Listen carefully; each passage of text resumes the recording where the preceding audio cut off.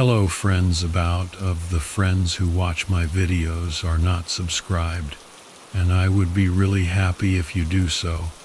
Also, don't forget to hit the like button and leave your comments. Your interaction makes the content reach everyone and contributes to the growth of the channel. Thank you. My name is Leroy H. Haskins, and back in 2014, I took my old RV down to the bayou near Houma, Louisiana. I was hoping for a quiet week of fishing and solitude, a nice change from the bustling streets of New Orleans where I drove a taxi for a living. As someone who enjoyed the simple things in life, a cold beer, a good joke, and a peaceful sunset, I figured the swamps would be the perfect getaway. The drive itself was uneventful, filled with the kind of roadside attractions that make you wonder who in their right mind thought a giant ball of yarn was worth stopping for. Eventually, I arrived at a small, rustic campground, more of a cleared patch of land than an actual site. But it had a dock, and that was good enough for me. The owner, an elderly Cajun named Earl, warned me about the mosquitoes and the gators. I chuckled and told him I wasn't planning on becoming anyone's lunch. Setting up my RV, I realized I was the only camper there. Guess everyone's missing out on this prime real estate, I muttered, cracking open a beer. The swamp was alive with a symphony of sounds, the croaking of frogs, the distant hoot of an owl, the gentle lapping of water against the dock. It was peaceful in its own wild way. The first day was pure relaxation. I spent most of it casting lines and telling myself corny fishing jokes. Why do fish always know how much they weigh? Because they have their own scales. I'd laugh at my own silliness, appreciating the solitude. As evening approached, I grilled some freshly caught catfish and watched the sunset paint the sky with hues of orange and purple. It was the kind of scene that made you forget about the troubles of the world. Settling into my RV for the night, the gentle sway of the swamp lulled me to sleep. Around midnight, I woke up to a soft thudding sound. At first, I thought it was a branch knocking against the RV, but then I heard it again, rhythmic and deliberate.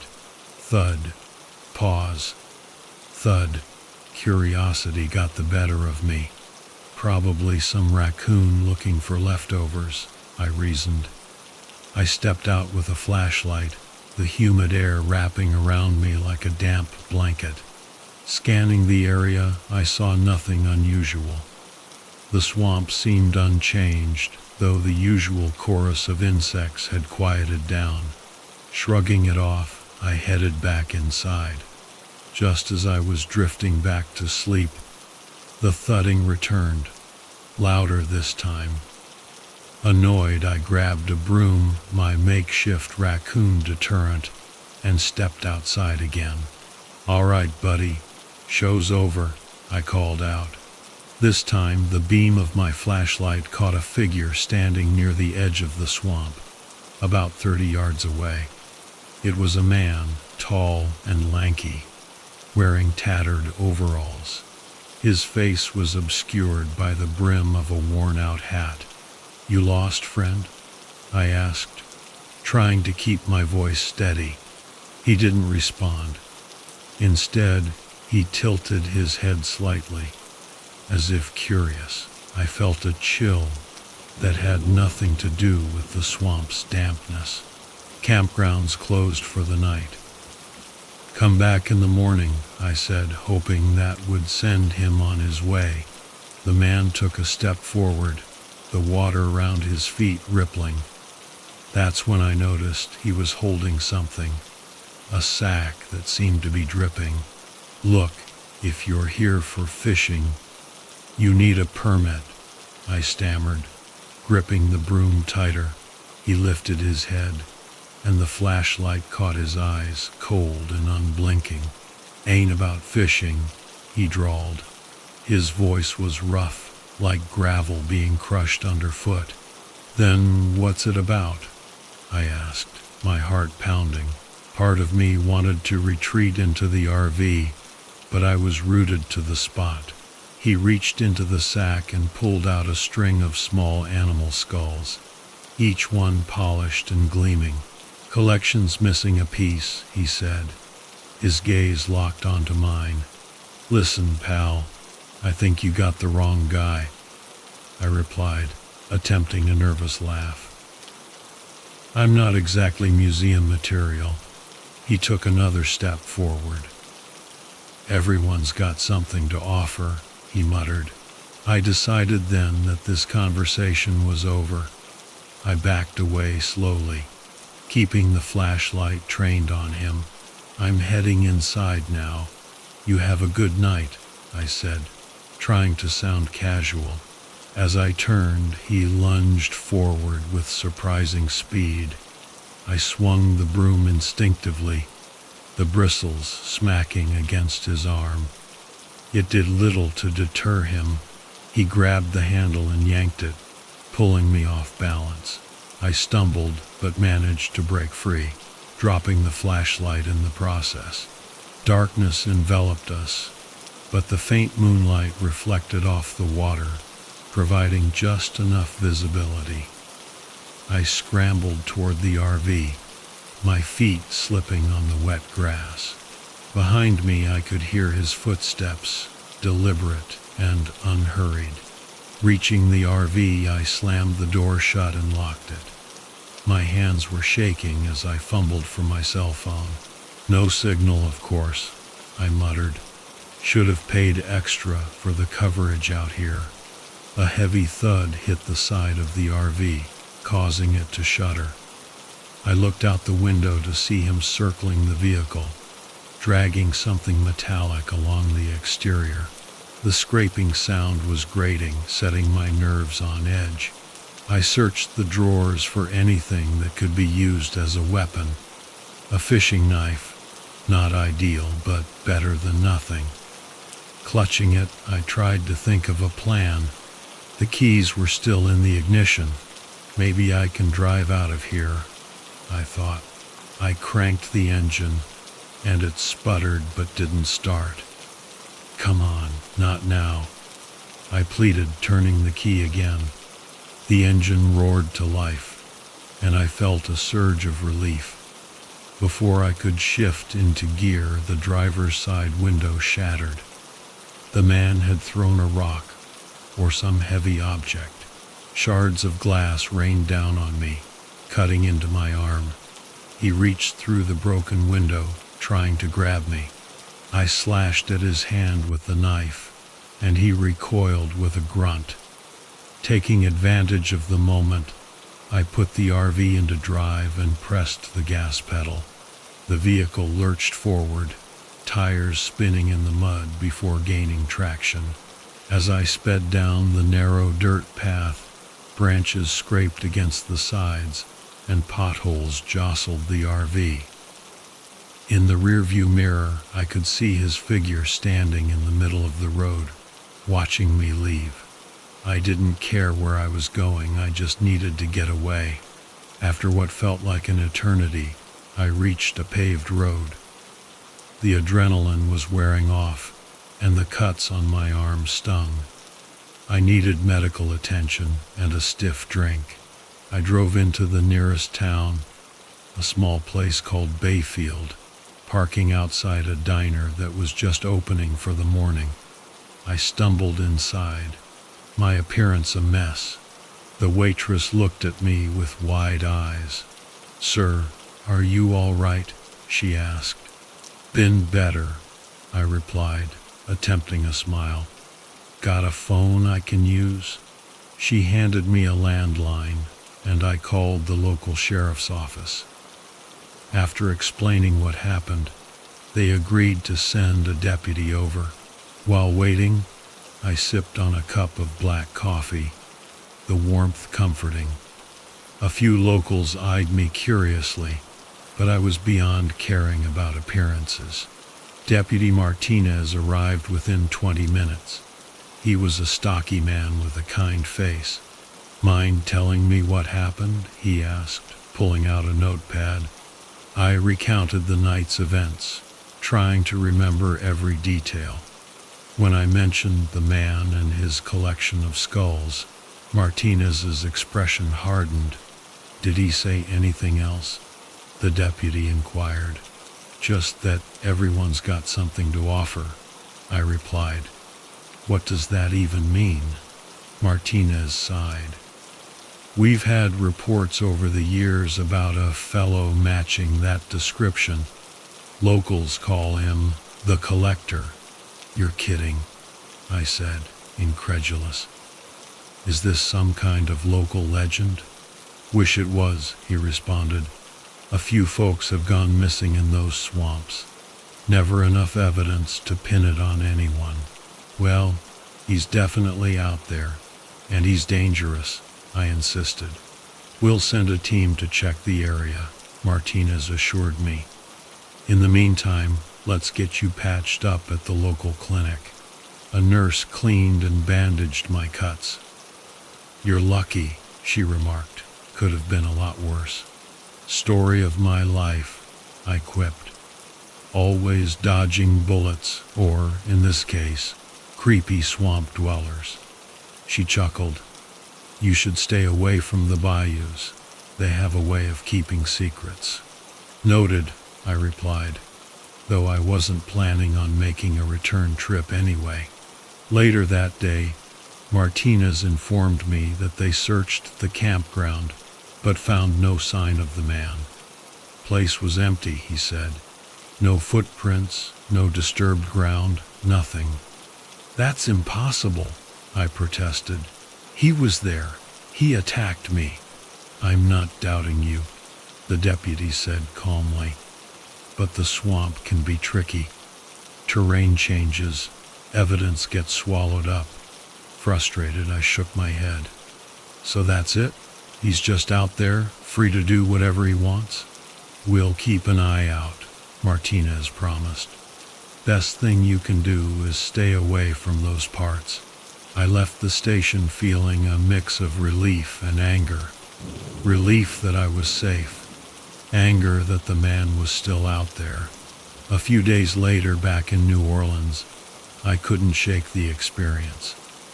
Deciding to dig deeper, I visited the city library to look up any information on disappearances in the bayou. Hours of research led me to old newspaper articles about missing persons dating back decades.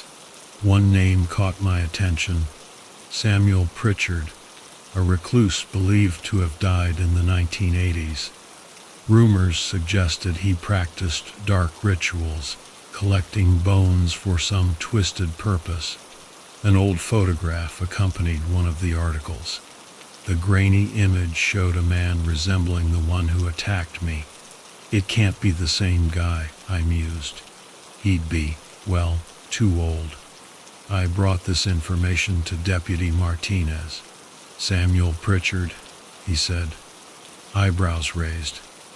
"That's a ghost story parents tell to keep kids from wandering into the swamp. Ghost or not, someone out there is using his name," I insisted. Martinez sighed. "Look, Leroy, I appreciate your concern, but without concrete evidence, there's not much we can do." I left feeling defeated. Maybe it was a dead end, but at least I tried. A week later, while watching the evening news, a report came on about a hiker who went missing near the same area. Authorities found his campsite, but no sign of him. My stomach churned. The Collector was still at it. I contemplated reaching out to the hiker's family, but decided against it. What could I possibly say? Instead, I contacted a private investigator named Clara Reynolds, whose name I'd come across during my research. Meeting at a crowded cafe, I shared my story. Clara listened intently, her sharp eyes never leaving mine. "You're not the first to bring up Samuel Pritchard," she said. So others have seen him? I asked. Descriptions match, but sightings are rare.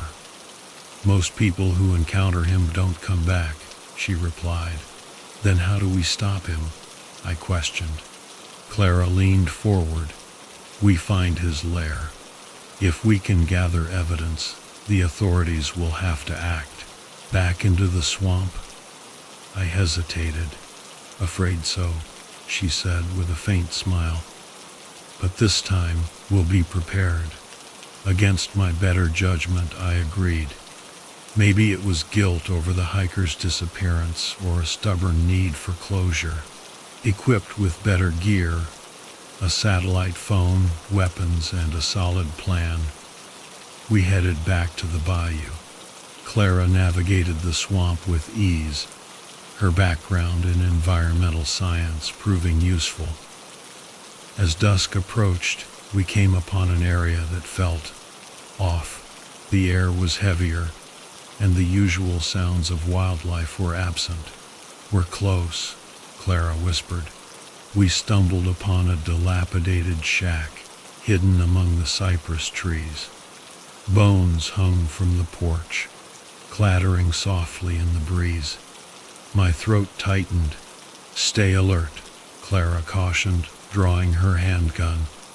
We approached cautiously, peering through a grimy window. We saw a room cluttered with jars, trinkets, and more bones. On a table lay various knives and tools, some stained dark. Looks like we found his workshop, I said quietly. Suddenly, a creak sounded behind us. We spun around to see the man, Samuel Pritchard, standing a few yards away, eyes fixed on us. Visitors ain't welcome, he growled.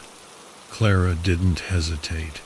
Hands where I can see them, she commanded, pointing her gun at him. He smirked.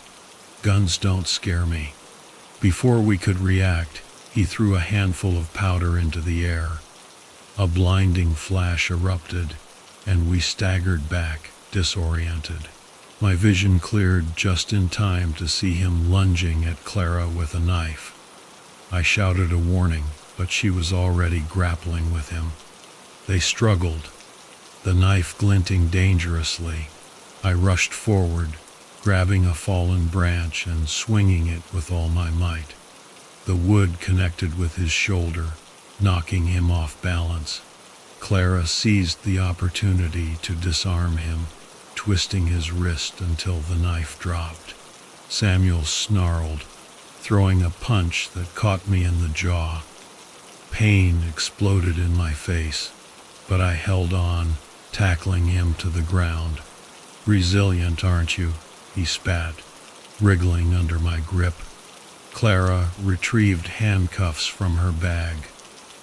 Hold him still! We managed to cuff him, though he continued to thrash and curse. You're making a mistake, he yelled. Tell that to the families of the people you've taken, I retorted. We dragged him back toward our vehicle, a grueling trek that took hours. Once in town, we handed him over to the authorities, providing the evidence we'd gathered. This time, Martinez couldn't dismiss the facts. Looks like you were right all along, he admitted. Better late than never, I replied, exhaustion creeping in. Samuel Pritchard was charged with multiple counts related to the disappearances. As it turned out, he was the grandson of the original Samuel, carrying on a twisted family legacy. In the end, justice was served, though it didn't erase the horror that occurred. Clara and I parted ways, both agreeing that the swamp could keep its secrets. We were done with it. As for me, I went back to driving my taxi, appreciating the chaos of city life a bit more. Sometimes the scariest things aren't in the shadows, but in plain sight. The name of the man who haunted those swamps, Samuel Pritchard Jr., a relic of a dark past, finally brought to light. It was the third night this week I had spent in the fire lookout tower scanning the vast expanse of the Black Hills National Forest. I joined the Forest Service 2 years ago after my brother. They went missing during a hiking trip. I'm Carlton Nyberg, and my job was to keep others from disappearing like he did.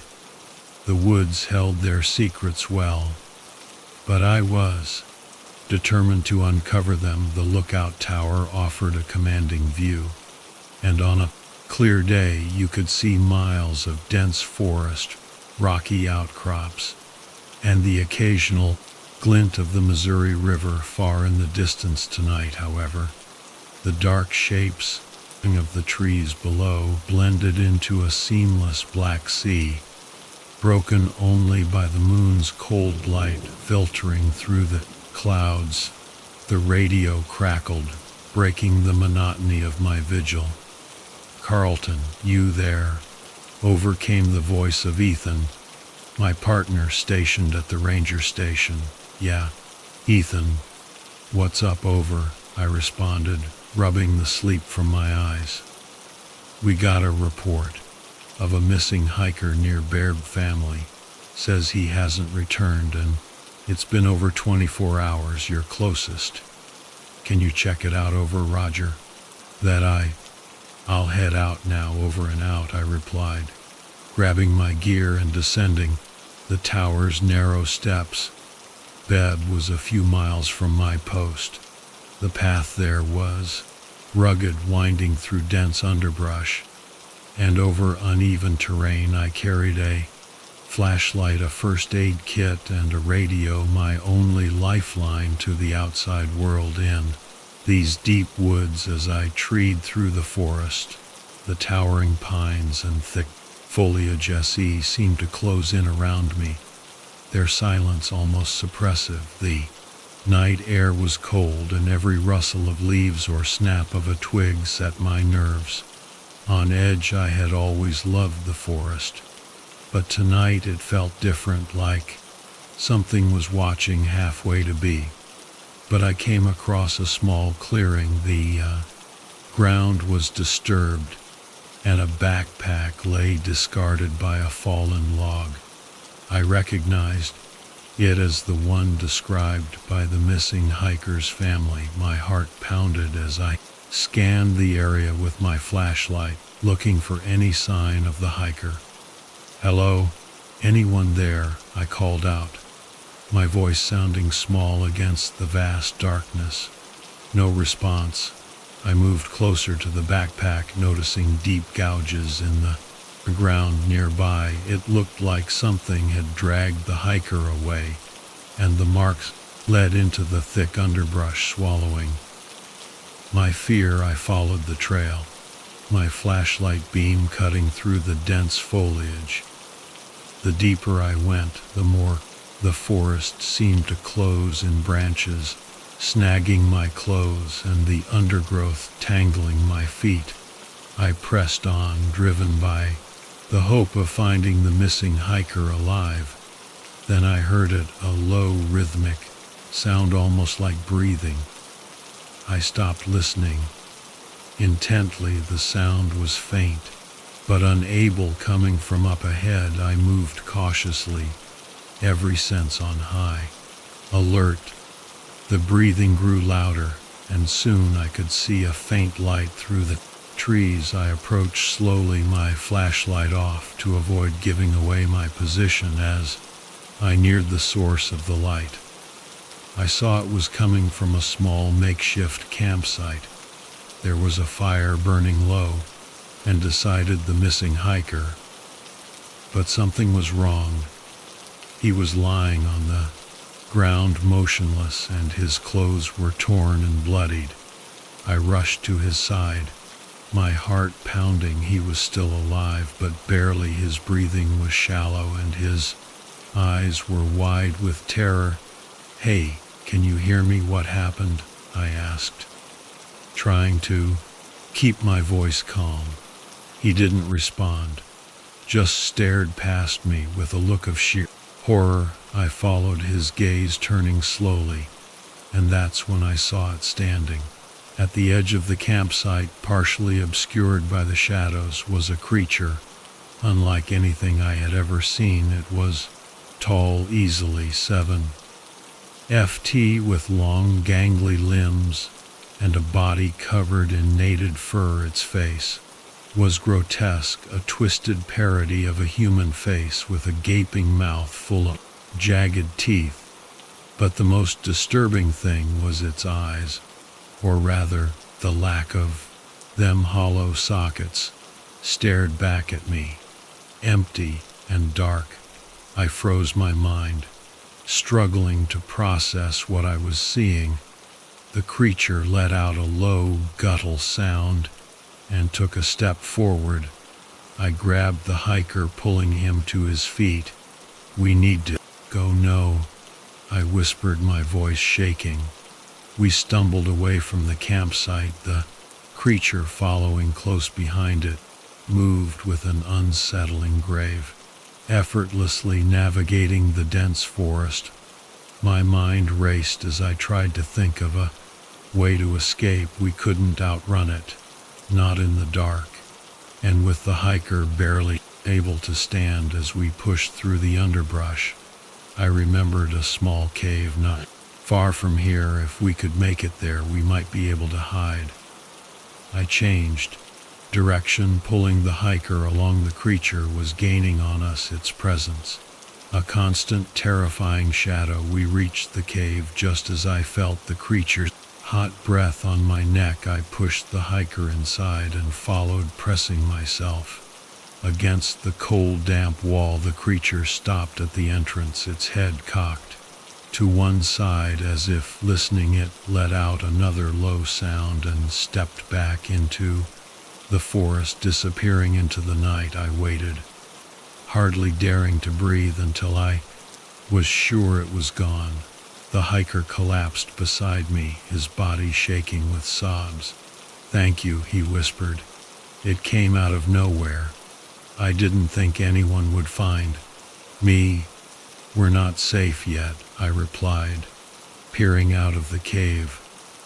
"We need to get back to the ranger station." We waited until dawn before making our way back. The forest, which had seemed so menacing in the dark, now looked almost serene in the early morning light. But I knew better. I had seen the darkness that lurked within these woods, and I was determined to find out what it was. When we finally reached the ranger station, Ethan was waiting for us. He took one look at the hiker and called for medical assistance as the paramedics tended to him. I pulled Ethan aside and told him everything we need to find out what that thing is. I said before it takes anyone else. Ethan nodded, his face grim. "We will, but for now let's get you both checked out." The hiker was airlifted to the nearest hospital, and I spent the rest of the day going over maps and reports, trying to piece together where the creature might be hiding. As night fell, I couldn't shake the feeling that we were being watched. The next few days were a blur of search parties and dead ends. We found more signs of the creature: deep gouges in the trees, half-eaten animals, and occasional sighting by terrified campers.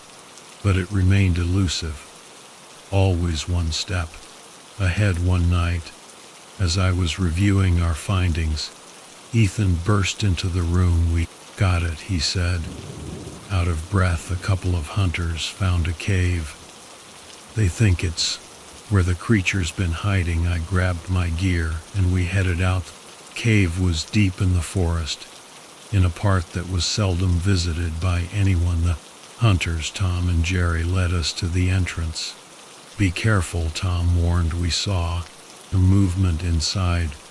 We entered the cave, flashlights cutting through the darkness. The air was thick with the stench of decay. As we moved deeper, the walls closed in and the floor sloped downward. Then we saw it, a nest of sorts made from leaves, branches, and bones, and there in the center was the creature, It was crouched over something, gnawing on what looked like a human arm. I felt a surge of anger and revulsion. This thing had taken my brother and countless others. It had to be stopped.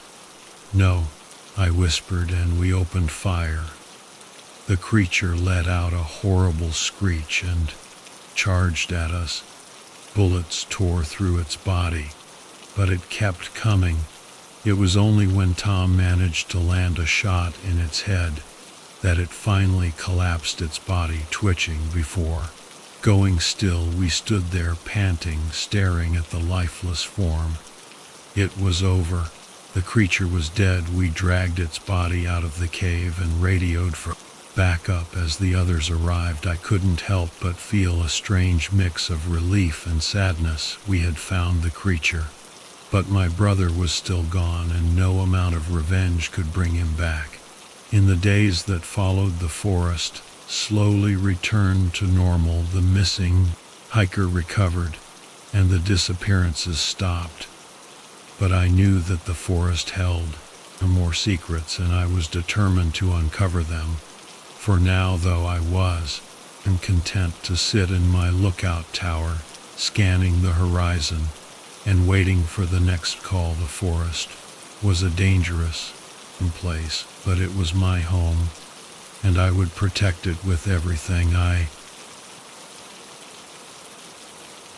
In 1998, I found myself renting a small cabin in the middle of nowhere, just outside Flagstaff, Arizona. I was working as a freelance photographer back then, which meant I had all the time in the world, but not much to show for it. I'd always liked being out in the wilderness, away from people.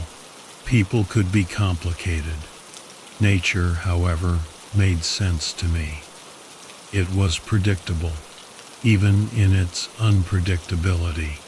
I'd been at the cabin for about a week when things started to get strange. The first few days were uneventful. I spent my time hiking around, snapping shots of landscapes and getting a few good photos of the local wildlife. Nothing special, just enough to keep me busy. But by the end of that week, something felt off. Not in a creepy, ominous way, but in a way that gnawed at me subtly.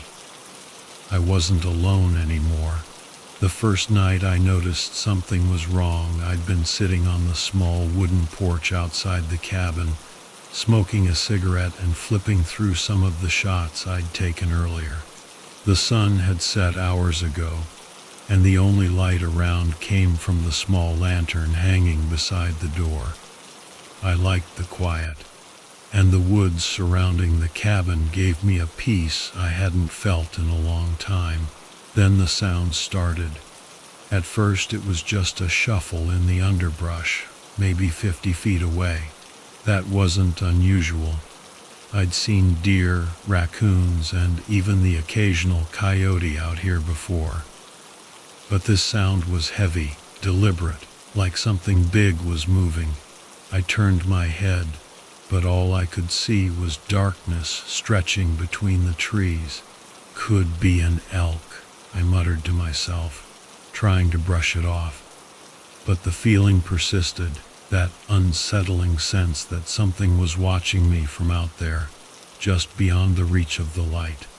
I went inside, locking the door behind me. The cabin wasn't much, just a small one-room setup with an old cast-iron stove, a rickety bed, and a couple of worn-out armchairs. I poured myself a shot of whiskey, hoping to shake off the unease, but the sound didn't stop. It circled the cabin now, slow and purposeful. I told myself it was just an animal, a large one maybe, a bear or something. But deep down, I knew it wasn't. The following day, I decided to check around the cabin. Maybe I'd find tracks or some sign of what had been lurking in the night. I grabbed my camera and headed out, walking the perimeter. What I found chilled me. The ground near the edge of the clearing was disturbed. like something had been pacing around the cabin. But the tracks were strange. They were too big for a deer, too wide for a bear, and they didn't resemble anything I'd ever seen before. The indentations were deep, clawed, and spread far apart, like whatever had been making them walked on two legs, but with an awkward, loping gait. I snapped a few photos, more out of instinct than anything else, and headed back inside, feeling more paranoid than ever. The rest of the day passed in a blur. I tried to focus on work, but my mind kept drifting back to those tracks. As the sun began to set, I couldn't shake the feeling that whatever had been out there last night would return. This time, though, I'd be ready. I grabbed the only weapon I had, a hunting knife, and kept it close as I sat by the window, waiting for the darkness to swallow the cabin once again. Hours passed, and I began to feel foolish. Maybe it really had been just a bear, a sick or injured one that walked funny. But just as I started to relax, I heard it again, the sound of something moving through the trees. This time, I didn't run inside. I stayed on the porch, gripping the knife tightly in one hand while my heart pounded in my chest. The footsteps were louder now, closer. I could feel the weight of whatever it was pressing down on the earth as it moved toward me. I squinted into the blackness, trying to make out a shape, but all I could see were shadows. Then the lantern beside me flickered, casting long, thin beams of light across the yard. And for the first time I saw it. It was hunched over, its back grotesquely arched, moving on two legs like a man. But it wasn't human. Its skin was mottled and gray, stretched too tight over its bones. The creature's head was too large for its body, with a jaw that jutted forward like a predator's, and its mouth was wide, filled with teeth that reminded me of a wolf's, sharp and uneven. I froze. The thing stood just outside the light, sniffing the air like it was trying to figure out where I was. It took a step forward, and that's when I saw the blood-fresh streaks of crimson smeared across its body, like it had torn into something or someone recently. I don't know how long I stood there, staring at it, unable to move or breathe. It felt like hours, though it was probably only a few seconds. And then it moved fast, too fast for something that size. It crossed the distance between us in a blur, and I barely had time to react. I swung the knife, slashing blindly, and felt the blade connect with something solid. The creature howled, a terrible, guttural noise that shook me to my core. It backed away, clutching at its side, and I saw the blood pouring from the wound I had made. But it didn't stop. It kept coming, slower now, more deliberate. I scrambled back into the cabin, slamming the door shut behind me and bolting it. My heart was in my throat, my breath coming in ragged gasps. For the next hour, it circled the cabin again, the same as before, only now it was hurt, angry. I could hear it outside, scraping at the walls, testing the windows, but it didn't try to break in. Maybe it knew it was too weak, or maybe it was just toying with me. I didn't know, and I wasn't about to find out. When the sun rose the next morning, it was gone. I stepped outside, knife still in hand, and looked around. The ground was stained with blood where I had struck it, deep red smears leading off into the forest. I followed the trail for a while, hoping it had bled out, but after a mile or so, it just disappeared, vanished like it had never been there in the first place. I didn't stick around after that. I packed my things and left the cabin that same day. I never told anyone what happened, and I don't plan to. They wouldn't believe me anyway. They'd just think it was a story, something I made up in the middle of the woods to scare myself. But I know what I saw. It wasn't a bear or a man or anything else I could explain. Whatever it was real. And somewhere out there, in the woods, it's still lurking. It was the third night this week I had spent in the fire lookout tower, scanning the vast expanse of the Black Hills National Forest. The scent of pine needles and damp earth filled the air, a familiar comfort that did little to ease the gnawing loneliness. I joined the Forest Service 2 years ago, after my brother went missing during a hiking trip.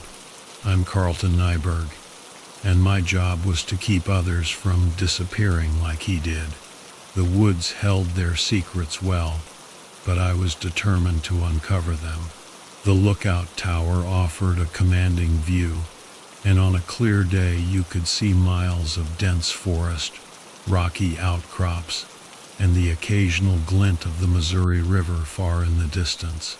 Tonight, however, the dark shapes of the trees below blended into a seamless black sea, broken only by the moon's cold light filtering through the clouds. The radio crackled, breaking the monotony of my vigil. "Carlton, you there? Over." It was Ethan, my partner stationed at the ranger station. "Yeah, Ethan, what's up?" "Over," I responded, rubbing the sleep from my eyes. "We got a report of a missing hiker near Bear Butte. Family says he hasn't returned, and it's been over 24 hours. You're closest. Can you check it out?"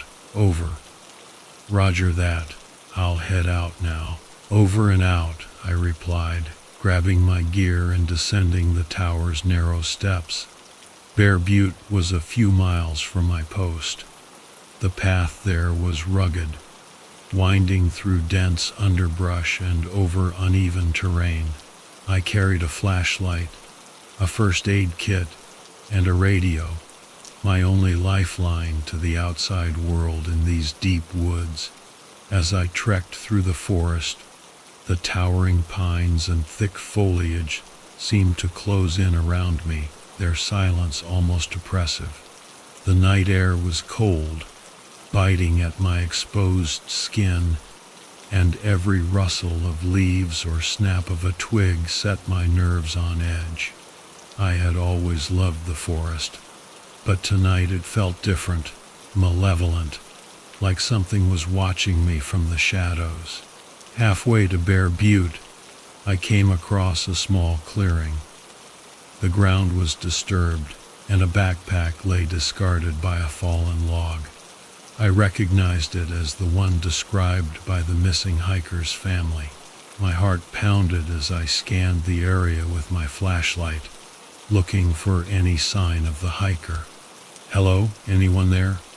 I called out, my voice swallowed by the vast darkness. No response. I moved closer to the backpack, noticing deep gouges in the ground nearby. It looked like something had dragged the hiker away, and the marks led into the thick underbrush. Swallowing my fear, I followed the trail, my flashlight beam cutting through the dense foliage. The deeper I went, the more the forest seemed to close in, branches snagging my clothes and the undergrowth tangling my feet. I pressed on, driven by the hope of finding the missing hiker alive. Then I heard it, a low, rhythmic sound, almost like breathing. I stopped, listening intently. The sound was faint but undeniable, coming from up ahead. I moved cautiously, every sense on high alert.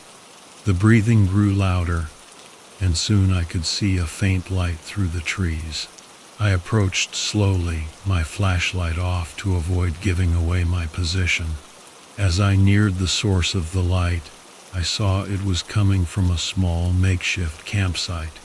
There was a fire burning low, and beside it, the missing hiker. But something was wrong. He was lying on the ground, motionless, and his clothes were torn and bloodied. I rushed to his side, my heart pounding. He was still alive, but barely. His breathing was shallow, and his eyes were wide with terror. "Hey, can you hear me? What happened?" I asked, trying to keep my voice calm. He didn't respond, just stared past me with a look of sheer horror. I followed his gaze, turning slowly, and that's when I saw it. Standing at the edge of the campsite, partially obscured by the shadows, was a creature unlike anything I had ever seen. It was tall, easily 7 feet, with long, gangly limbs and a body covered in matted fur. Its face was grotesque, a twisted parody of a human face, with a gaping mouth full of jagged teeth. But the most disturbing thing was its eyes, or rather, the lack of them. Hollow sockets stared back at me, empty and dark, filled with an ancient hunger. I froze, my mind struggling to process what I was seeing. The creature let out a low, guttural sound and took a step forward.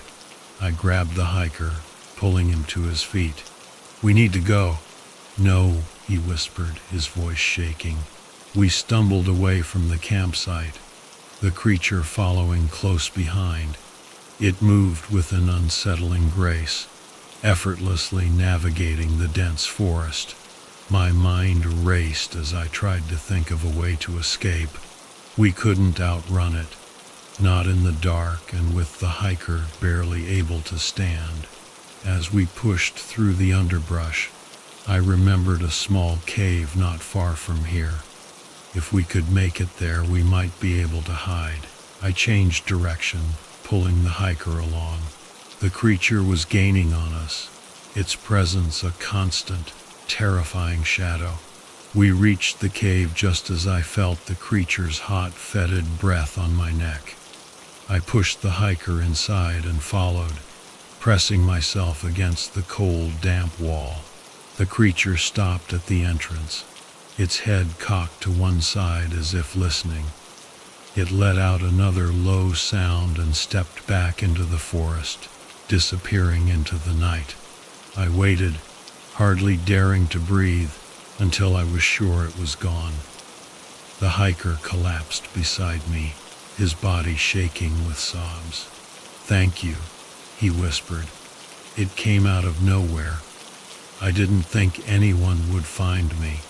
"We're not safe yet," I replied, peering out of the cave. "We need to get back to the ranger station." We waited until dawn before making our way back.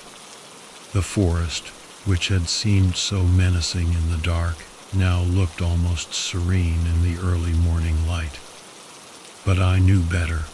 I had seen the darkness that lurked within these woods, and I was determined to find out what it was.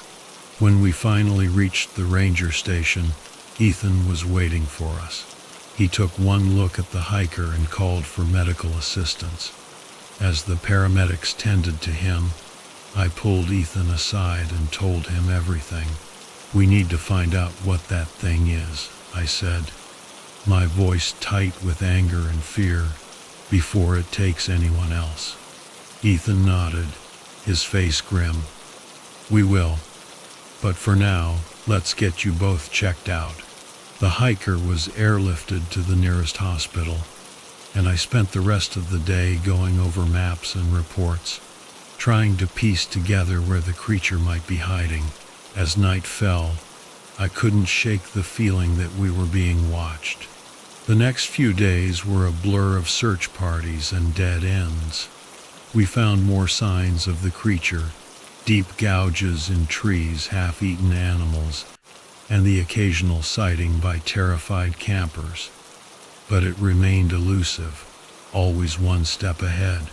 One night, as I was reviewing our findings, Ethan burst into the room, "We got it," he said, out of breath. "A couple of hunters found a cave. They think it's where the creature's been hiding." I grabbed my gear and we headed out. The cave was deep in the forest, in a part that was seldom visited by anyone. The hunters, Tom and Jerry, led us to the entrance. "Be careful," Tom warned. We saw movement inside. We entered the cave, flashlights cutting through the suffocating darkness. The air was thick with the stench of decay. As we moved deeper, the walls closed in and the floor sloped downward. Then we saw it, a nest of sorts, made from leaves, branches, and bones. And there in the center was the creature. It was crouched over something, gnawing on what looked like a human arm. I felt a surge of anger and revulsion. This thing had taken my brother, and countless others. It had to be stopped. "No," I whispered, my voice raw with grief and rage. We opened fire. The creature let out a horrible screech and charged at us. Bullets tore through its body, but it kept coming, its eyes burning with a malevolent light. It was only when Tom managed to land a shot in its head that it finally collapsed, its body twitching before going still. We stood there, panting, staring at the lifeless form. It was over. The creature was dead. We dragged its body out of the cave and radioed for backup. As the others arrived, I couldn't help but feel a strange mix of relief and sadness. We had found the creature, but my brother was still gone, and no amount of revenge could bring him back. In the days that followed, the forest slowly returned to normal. The missing hiker recovered, and the disappearances stopped. But I knew that the forest held more secrets, and I was determined to uncover them. For now, though, I was content to sit in my lookout tower, scanning the horizon and waiting for the next call. The forest was a dangerous place, but it was my home, and I would protect it with everything I had. I used to think truck driving was just a job, nothing more than a way to pay the bills, keep a roof over my head, and put some food on the table. But last summer, I found out it can be a whole lot more than that. I was driving a rig for a small, all-time freight company, hauling heavy machinery parts from Pittsburgh to some remote mining towns in the Appalachians. You'd think the quiet roads and the thick encroaching woods would make for an uneventful trip, but you'd be wrong. My name's Wesley Dykes. I'm not a guy who scares easily. I've seen my share of accidents, engine failures, you name it. But what happened on that run still sends a chill down my spine when I think about it. I had a late load out of Pittsburgh, bound for a mining operation tucked away in the hills near Big Stone Gap, Virginia. It was one of those drives where you start off with plenty of daylight, but the further you go, the more you notice the sun dipping lower, until you're left with just the dim glow of your headlights to cut through the thickening night. The roads up there aren't like the highways closer to the city. They're narrow, winding through the mountains, flanked by dense forests that seem to swallow the road whole. I had just passed through a tiny town, I think it was called Pound, when I noticed something odd. I was checking my mirrors, making sure the load was secure, when I saw a pair of headlights far back down the road. At first, I didn't think much of it. Other trucks ran these routes too, after all. But those headlights didn't seem to be in any hurry to close the gap. They just hovered there, way back in the distance, like whoever was driving wanted me to know they were there, but not get too close. A knot of unease tightened in my stomach. I pushed on, trying to shake the eerie feeling gnawing at me. But every time I glanced back, those lights were still there, keeping their distance. It was like a game of cat and mouse, except I couldn't figure out who was hunting whom. After about an hour of this, I came upon a stretch of road that was as isolated as they come. It was one of those places where the trees press in so close on either side that it feels like a tunnel. I figured I could finally lose whoever it was, so I hit the gas and took the turns harder than I usually would. The trailer groaned as the load shifted slightly, but it held steady.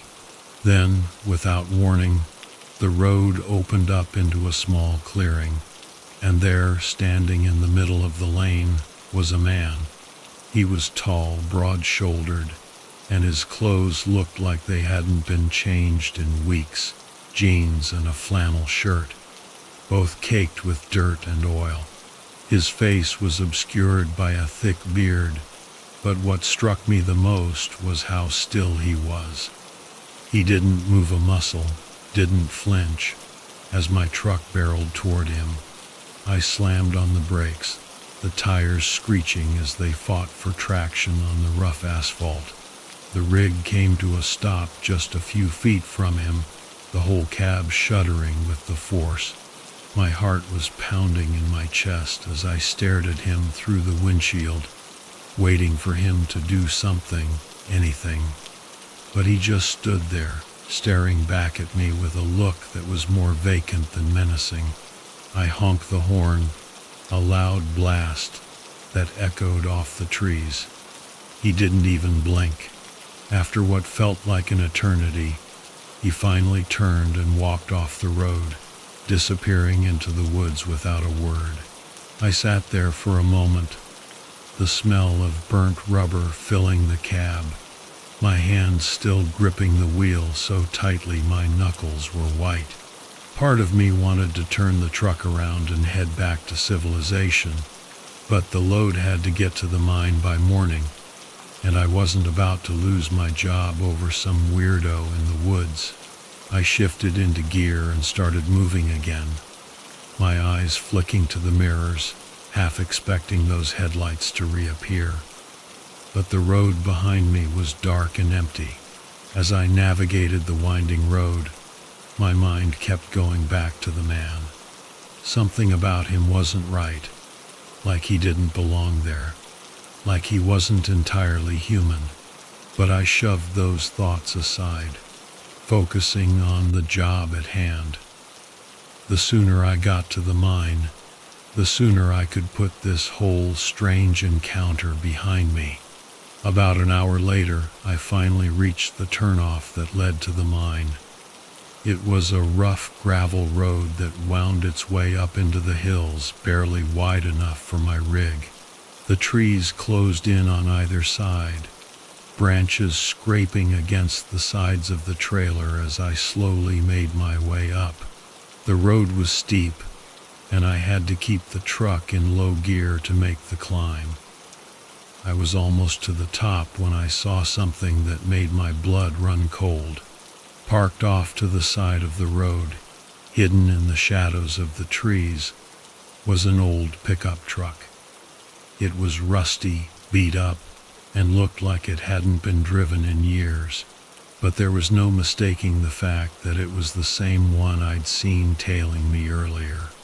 I eased off the gas, my mind racing. There was no way that truck could have gotten ahead of me, not without me seeing it. I pulled the rig to a stop, staring at the pickup, trying to make sense of it all. The hairs on the back of my neck were standing on end, and every instinct I had was screaming at me to get out of there. But before I could decide what to do, the man from the road stepped out from behind the pickup. This time, I could see him clearly. He was tall, well over 6 feet, with shoulders broad enough to block out the moonlight. His clothes were even dirtier than before, and his hands were stained a dark reddish brown. The sight of him made my stomach churn. but it was his face that really got to me. It was gaunt, almost skeletal, with skin stretched tight over sharp cheekbones and a mouth that was set in a thin, straight line. I couldn't see his eyes, thank God for that, but I could feel them on me, boring into me like he could see right through the windshield and into my soul. He started walking toward the truck, his steps slow and deliberate, like he had all the time in the world. I threw the truck into reverse, the engine roaring as I backed down the road as fast as I dared. The man didn't speed up, he just kept walking, that same eerie measured pace. I knew I couldn't go much further in reverse without risking the truck tipping over or getting stuck, so I slammed on the brakes and shifted back into drive, flooring it as I sped up the hill. The trees whipped by in a blur as I pushed the truck to its limits, praying that the road didn't give out beneath me. I didn't dare look in the mirrors. I didn't want to see if he was following me. When I finally crested the hill and saw the lights of the mine up ahead, I nearly cried with relief. The road leveled out, and I drove straight for the loading dock, not stopping until I was right under the bright floodlights. The workers there must have thought I was crazy the way I came barreling in, but I didn't care. I was just glad to be out of those woods. I jumped out of the cab and ran to the foreman, telling him what I'd seen. He listened, his expression growing more serious by the minute. When I finished, he nodded and told me to stay by the truck. Then he rounded up a few of his guys and headed back down the road with rifles slung over their shoulders. They were gone for what felt like hours. But when they finally came back, they didn't have much to report. The pickup was still there, but the man was gone. They didn't find any tracks or signs of where he might have gone. Just that old truck sitting there like it had been there for years. The foreman told me to unload my cargo and head back the way I came, but I refused. There was no way in hell I was going back down that road, not after what I'd seen. So they let me sleep in the cab for the night, and I left with a convoy of other trucks in the morning. I don't know what that man was doing out there, or how he managed to get ahead of me like that. But I do know one thing. I'm never taking that route again. Whatever was going on in those woods, I want no part of it. As I finished unloading, I noticed one of the workers standing near the edge of the clearing, looking off into the trees. His face was pale, and he had a haunted look in his eyes. I walked over to him and asked if he was all right. He didn't say anything at first, just kept staring into the woods. But then, in a voice barely above a whisper, he said, "That truck's been here before, same spot. About 10 years ago. The driver back then, he never made it out." I didn't stick around to ask any more questions. I got back in my rig and headed down the road, making a silent vow to myself to never look back. This is a fantastically creepy story. The atmosphere of the Pine Barrens, the gradual reveal of the creature, and the unexpected encounter with Rye all contribute to a truly unsettling experience. Here's the story with a few minor edits to enhance the flow and imagery. The Pine Barrens. I've never been much of a hiker, but after losing my job in '95, and with my fiancée Leslie suggesting I take some time to clear my head, I thought, why not? It's not like I had anything better to do. I always hated the idea of getting lost in the woods, but she said it might help with my anxiety. So I packed up an old rucksack I found in the attic, threw in some granola bars, and took off to the Pine Barrens in New Jersey, where I grew up. The place had this eerie charm, all tall pines and sandy trails, the kind of spot where the silence is a bit too loud. I parked my car near Batstow Village, where the pine barrens start to stretch out in every direction. I didn't plan on going deep into the woods, just enough to find a quiet place to sit and think. Maybe read the paperback I'd been carrying around for a year. I left the trailhead around noon, figuring I'd be back by evening. It was supposed to be a simple, uneventful day. There was this guy, Rye, I met at the trailhead. We both grew up around here, and he was heading in the same direction, so we decided to walk together. Rye was the kind of guy who looked like he belonged out there. Rough hands, thick beard, clothes that seemed to blend into the trees. We talked a bit about the old days, how the place hadn't changed much, except for the occasional lost hiker or camper gone missing over the years. He laughed about the stories people told, legends of strange creatures in the woods. I didn't pay much mind. Everyone has a story, right? After a couple of hours, we split up. Rye wanted to check out a spot near an old cranberry bog, and I just wanted to find a quiet place to sit. I wandered off the path, a little big mistake. The woods started getting denser, and the sky turned overcast. It was like someone flipped a switch, and suddenly the whole place felt different, darker. The pines seemed to crowd in on me, their trunks twisting in ways I hadn't noticed before.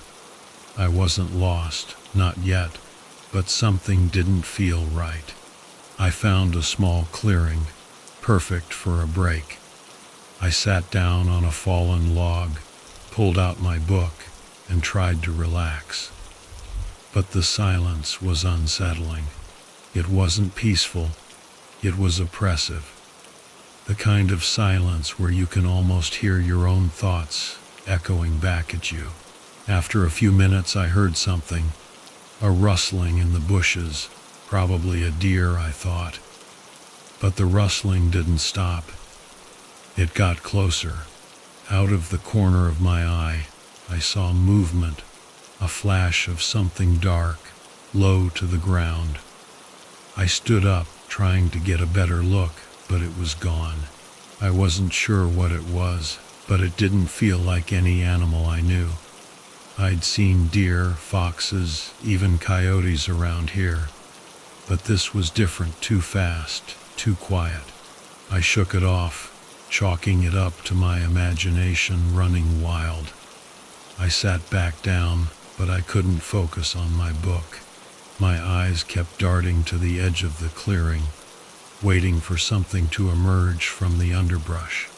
Then I heard it again. This time the rustling was accompanied by a low, wet breathing. It was a sound I couldn't place, like something exhaling with a mouthful of water. I stood up again, heart pounding, trying to pinpoint the source. I knew I should leave, but something kept me rooted to the spot, like I was in a trance. The thing came into the clearing slowly, almost cautiously. It was low to the ground, moving on all fours, and covered in what looked like dark, matted fur. But its shape wasn't right. The proportions were all off, too long in the body, too short in the legs, like someone had stitched together parts of different animals and tried to pass it off as one creature. The face was the worst part, too flat, with a snout that was almost human, if a human face had been stretched out and twisted. No eyes that I could see, just dark, sunken sockets. I froze, hoping it hadn't seen me, but it had. I could tell by the way it stopped and lifted its head, sniffing the air like it was tasting my scent. I backed up slowly, trying not to make any noise. The creature moved closer, each step deliberate, as if it was savoring the moment.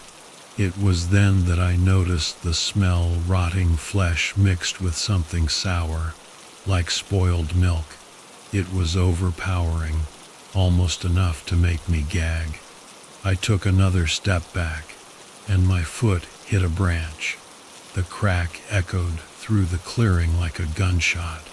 The creature snapped its head toward me, and I saw its mouth open, a maw lined with jagged, uneven teeth, yellow and stained. It let out a noise, a kind of wet, rasping sound that chilled me to the bone. I ran. I didn't think about direction, didn't care where I was going, as long as it was away from that thing. I heard it behind me, crashing through the underbrush, closer than it should have been. I ran harder, my breath coming in ragged gasps, legs burning, lungs screaming for air. The ground was uneven, roots and branches tripping me up, but I didn't dare slow down. I burst out of the trees and onto the edge of the cranberry bog. The ground was soft, wet, and my foot sank into the mud, nearly sending me face first into the muck. I scrambled to stay upright, and that's when I heard Rye's voice. "Get down!" he shouted. I didn't think. I just dropped to the ground, and something whizzed past me, a hunting rifle. The sound of the shot rang in my ears, deafening in the stillness of the bog. I rolled over in time to see the creature stumble, a gaping hole in its side, black ichor oozing out. It let out a shriek, something that sounded almost like a human cry, and then collapsed, twitching. Rye came over, panting, rifle still trained on the thing. "You okay, man?" he asked, but I couldn't answer. I just nodded, trying to catch my breath. Rye kept the gun pointed at the creature until it stopped moving, and then he nudged it with his boot, making sure it was dead. "What the hell is that?" I finally managed to ask, my voice trembling. Rye shook his head. "I don't know, but it's not the first time I've seen one out here. It's like the forest spits these things out every few years. The locals have a name for it, the Jersey Devil, but I don't think anyone really knows what they are." We stood there for a long moment, staring at the body. It was wrong in every sense of the word, an abomination that didn't belong in this world. But it was dead, and that was all that mattered. Rye eventually turned to me. "Let's get the hell out of here," he said. I didn't argue. We left the creature where it lay, its twisted form sinking slowly into the bog. The smell lingered in the air as we made our way back to the trail, but I didn't look back. When we got to the parking lot, I asked Rye what he was going to do. "Same thing I always do," he said, lighting a cigarette with shaky hands. "Tell the ranger, let him deal with it. They'll come out, clean it up, make sure no one finds out. You'd be surprised how many people just disappear out here, and no one's the wiser." I didn't say anything. I just got in my car, hands still trembling as I gripped the wheel. Rye gave me a nod, like we'd shared something unspoken, something no one else would understand. I drove off, leaving the Pine Barrens behind. But I knew I'd never be able to forget what happened out there. As I pulled onto the highway, the sun finally broke through the clouds, casting long shadows across the road. I didn't feel relieved, just numb. It was over, but the memory of that thing would stick with me for a long time, even if I never talked about it again. My name's Hank Dryden, and I've been a park ranger for as long as I can remember. I grew up in the Midwest, smack in the middle of nowhere, on a farm that barely scraped by. My old man had a way of fixing things that shouldn't have been fixable, and he passed that down to me. though I traded tractors and plows for trails and wildlife. My life wasn't glamorous, but it was steady, predictable. Until yesterday. The Darby Creek Preserve, where I've worked for the last decade, is one of those places you probably wouldn't know existed unless you were lost or had a fondness for the kinds of dense, untamed woods that make you question your choices. It's a sprawling area, full of gnarled trees, ancient oaks, and a creek that snakes through it like it's forgotten its way out. Not many people visit, which is fine by me. Fewer people means fewer problems. Or at least, that's what I used to think. Yesterday started like any other day. I was doing my rounds, checking the usual spots where teenagers sneak off to smoke weed and making sure no one had decided to go camping without a permit. It was quiet, eerily so. The only sounds were the rustling leaves and the distant cawing of crows. But that wasn't out of the ordinary. The place has always had a sort of uneasy calm to it. It wasn't until I reached the northern edge of the preserve, where the creek bends and disappears into a dense thicket, that I noticed something was off. There was a smell in the air, something foul, like rotting meat left out in the sun too long. I'd smelled dead animals before, sure, but this was different, heavier, like whatever was causing it was big, real big. I made my way through the brush, pushing past branches that seemed to claw at my arms, the stench growing stronger with each step. Finally, I found the source. A deer, or what was left of it, lay sprawled on the ground, its torso torn open, entrails strewn across the forest floor. I've seen predators take down deer before, but this wasn't like any kill I'd ever seen. The deer wasn't eaten, just destroyed, like something had ripped it apart for fun. A wave of nausea washed over me, but curiosity, as always, got the better of me. I decided to follow the blood trail, a clear path of crimson leading deeper into the woods. Every step I took, that putrid smell got worse, thicker, almost tangible in the still air. After about half a mile, the trail led me to a small clearing I'd never seen before, which was strange in itself. I knew this park like the back of my hand. The ground here was different, softer, like it had been recently disturbed. I knelt down to inspect it, brushing aside leaves and dirt, and that's when I saw it. There, half buried in the earth, was a bone, a human bone partially covered by a shredded piece of what looked like a denim jacket. My stomach lurched. I wasn't looking at an animal kill anymore. This was something else, something far worse. I dug a little more, my fingers trembling as they pulled at the loose soil. More bones, a skull shattered in places like it had been crushed. This wasn't just a body, it was a massacre. I stood up, the weight of what I'd found pressing down on me, my heart pounding in my chest. And that's when I heard it, a sound, faint at first, like something dragging across the ground. It was coming from the other side of the clearing. Slowly I turned, my eyes scanning the tree line, but there was nothing there, just the trees swaying gently in the breeze. But the sound didn't stop. It was getting closer, slithering through the underbrush like a snake. Then I saw it. It emerged from the shadows like a nightmare, something I couldn't have imagined even in my worst dreams. The creature was massive, easily 9 feet tall when it stood on its hind legs, covered in matted, oily fur that clung to its frame like a wet blanket.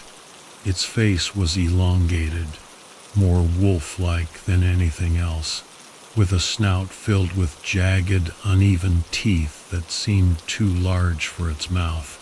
But it wasn't a wolf. not by a long shot. Its limbs were too long, ending in hands, actual hands, with fingers that were too thin, too long, ending in claws that looked like they could tear through steel. But the eyes, or rather the lack of them, were the worst.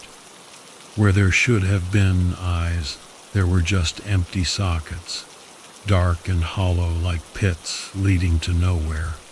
Yet somehow I knew it could see me, feel me even, like it was probing my very thoughts.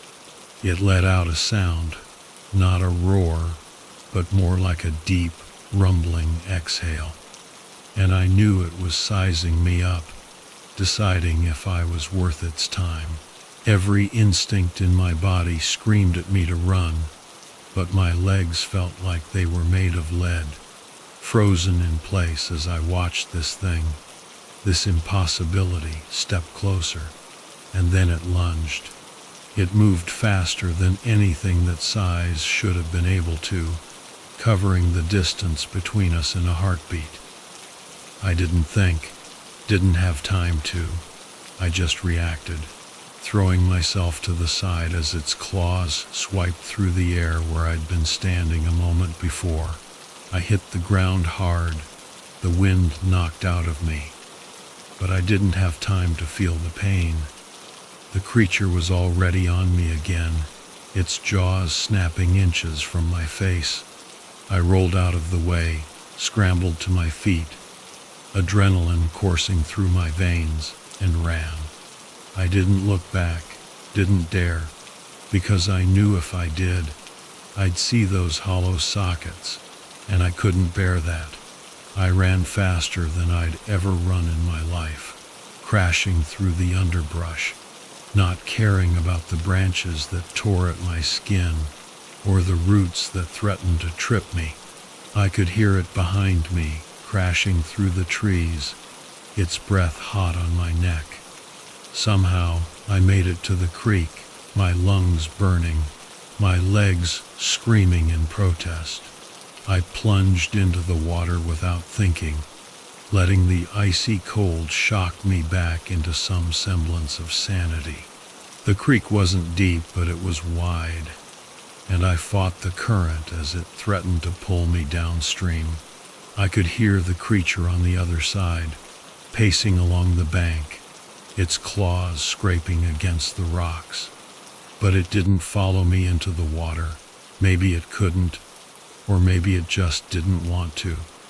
Either way, I didn't care. I just kept moving until I reached the other side, dragging myself onto the muddy shore. I lay there for what felt like hours, gasping for air, my heart pounding in my chest. The forest was silent again, that eerie calm returning as if nothing had happened. But I knew better. Something had happened. Something terrible. And it wasn't over. When I finally made it back to the ranger station, I must have looked like I'd been through hell. My uniform was torn, my face scratched, and I was covered in mud. But I didn't care about any of that. I just wanted to report what I'd seen, to get someone out there to deal with it. I burst into the office, startling Marv, my supervisor, who was dozing off at his desk. "What the hell happened to you, Hank?" he asked, eyes wide with concern. I tried to explain, to tell him about the creature, the bones, but the words wouldn't come out right. I was rambling, incoherent, my mind still reeling from the shock of it all. Marv stood up, placing a hand on my shoulder, trying to calm me down. "Slow down, Hank. You're not making any sense. What creature? What bones?" I took a deep breath, forcing myself to focus, to speak clearly. "There's something out there, Marv. Something wrong. I found a body. Human. And this thing, it's not natural." Marv looked at me like I'd lost my mind, but I could see the concern in his eyes. "Are you sure, Hank? You know how the woods can play tricks on you. especially if you're out there alone for too long. I'm sure, Marv. I know what I saw. He hesitated, then nodded. All right. We'll go check it out first thing in the morning, but for now, you need to rest. You're exhausted, Hank. Go home, get some sleep, and we'll deal with this tomorrow. I wanted to argue, to insist that we go now, but I was too tired, too drained, so I agreed reluctantly and headed home. But sleep didn't come easy. Every time I closed my eyes, I saw that thing, felt its presence, and I knew that whatever it was still out there. Morning came too soon, and I was back at the station before dawn, waiting for Marv and the others. They were skeptical, I could tell, but they humored me, probably thinking I'd just seen a bear or maybe a rabid wolf. But when we reached the clearing, their expressions changed. The bones were still there, just as I'd left them. And the smell was undeniable. Marv's face went pale as he knelt beside the remains, the reality of it sinking in. Jesus, Hank, you weren't kidding. I told you, I said, my voice hollow. And there's more. I don't know what that thing is, but it's dangerous, and it's still out there. Marv stood up, his expression grim. We need to report this. Get some experts out here. Whatever this is, it's beyond us. We made our way back to the station in silence, the weight of what we'd found hanging over us like a dark cloud. But as we reached the station, I couldn't shake the feeling that we were being watched, that somewhere out there, in those woods, that thing was waiting. But that's the thing about Darby Creek. You never know what's out there until it's too late. When the police arrived later that day, they cordoned off the area and began their investigation. They found the body, the bones, just as I described. They even brought in a team of wildlife experts, but none of them could explain what had happened. The official report listed the cause of death as animal attack, but I knew better, and so did Marv. I'm not sure what comes next. Maybe they'll close the park, maybe not. But one thing's for sure, I'm never going back to that clearing. And whatever that thing was, it's still out there, lurking in the shadows of Darby Creek, waiting for its next victim. It's not often that a park ranger in the United States National Park System encounters something truly unexplainable. But let me tell you about the day that changed everything I thought I knew about the wilderness. The morning started off as usual, with a cup of black coffee and a half-hearted perusal of the ranger station's logbook. The previous day had been quiet. A few hikers reporting minor injuries and the odd lost item. I was preparing for another uneventful day when I noticed something strange. There was an entry made late at night by one of the rangers, Jackson, reporting a series of guttural noises coming from deep within the forest. He mentioned something about the sound being unlike anything he had ever heard before, and that it seemed to be moving closer to the station. My name is Ledford, and I've been a park ranger for nearly a decade. I pride myself on knowing every inch of this park, its flora and fauna, and even the odd sounds that come with the territory. But as I sat there reading Jackson's log, a sense of unease crept over me. Jackson was not one to exaggerate or let his imagination get the better of him. If he thought there was something unusual, there probably was. I decided to head out to the area he mentioned, a remote part of the park that didn't see much foot traffic. Before I left, I radioed Jackson to get more details, but there was no response. That was odd. Jackson was diligent about keeping his radio on him at all times. I tried not to let my mind wander to the worst-case scenarios, but I grabbed my rifle just in case.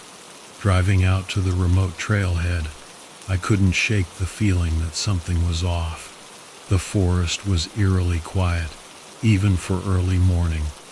No birdsong, no rustling of small animals in the underbrush, just a heavy, expectant silence. I parked the truck and began my hike into the dense woods, following the path described in the log.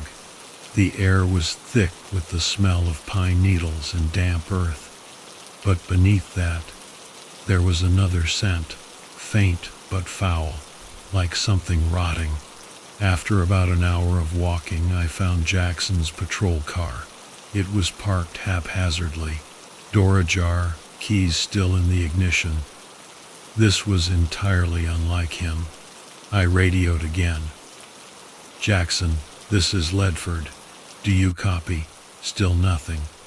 I proceeded cautiously, moving deeper into the forest, the smell of decay growing stronger.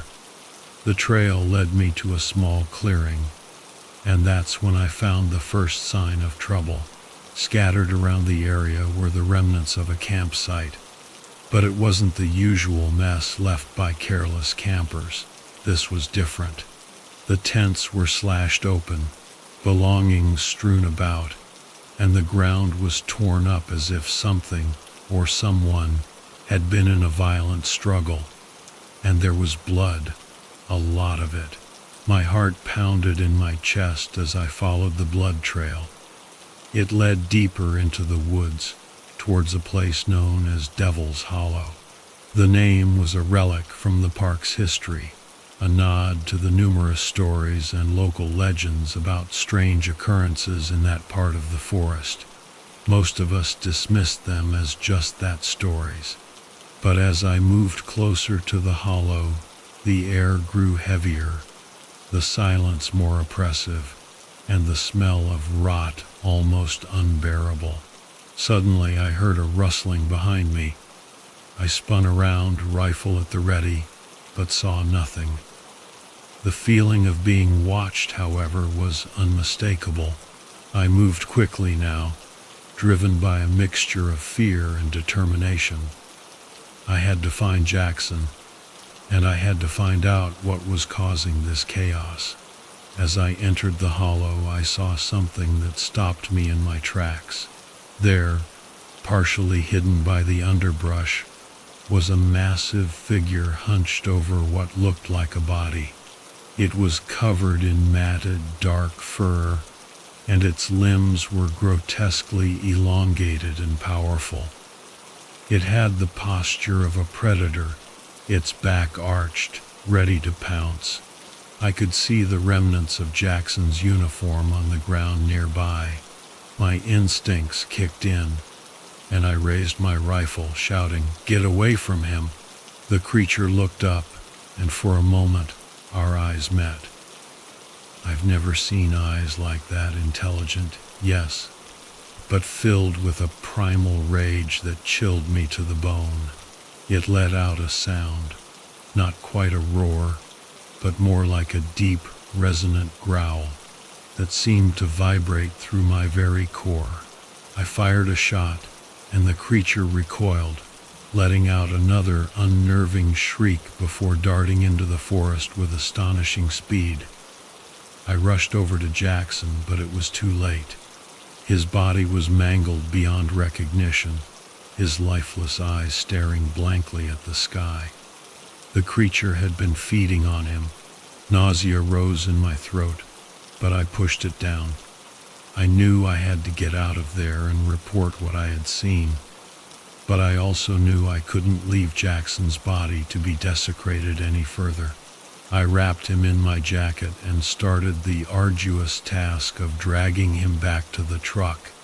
The journey back was a blur. My senses were on high alert, every sound amplified, every shadow a potential threat. But the creature didn't return. When I finally reached the truck, I radioed for backup and sat there, rifle in hand, until the other rangers arrived. The park was closed off, and a search team was deployed to track down the creature. I was questioned extensively.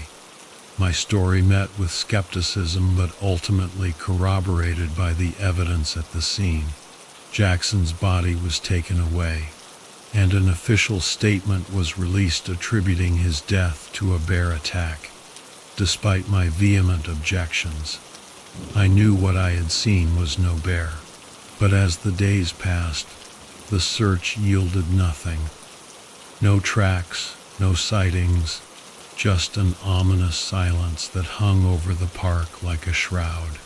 Eventually, the park reopened, and life resumed its normal rhythm. But for me, things were different. I carried on with my duties, but with a heightened sense of awareness. I couldn't shake the feeling that the creature was still out there, watching, waiting. The official report may have closed the case, but I knew better. I knew that somewhere in the depths of Devil's Hollow, an unseen beast lurked, and that one day it might return.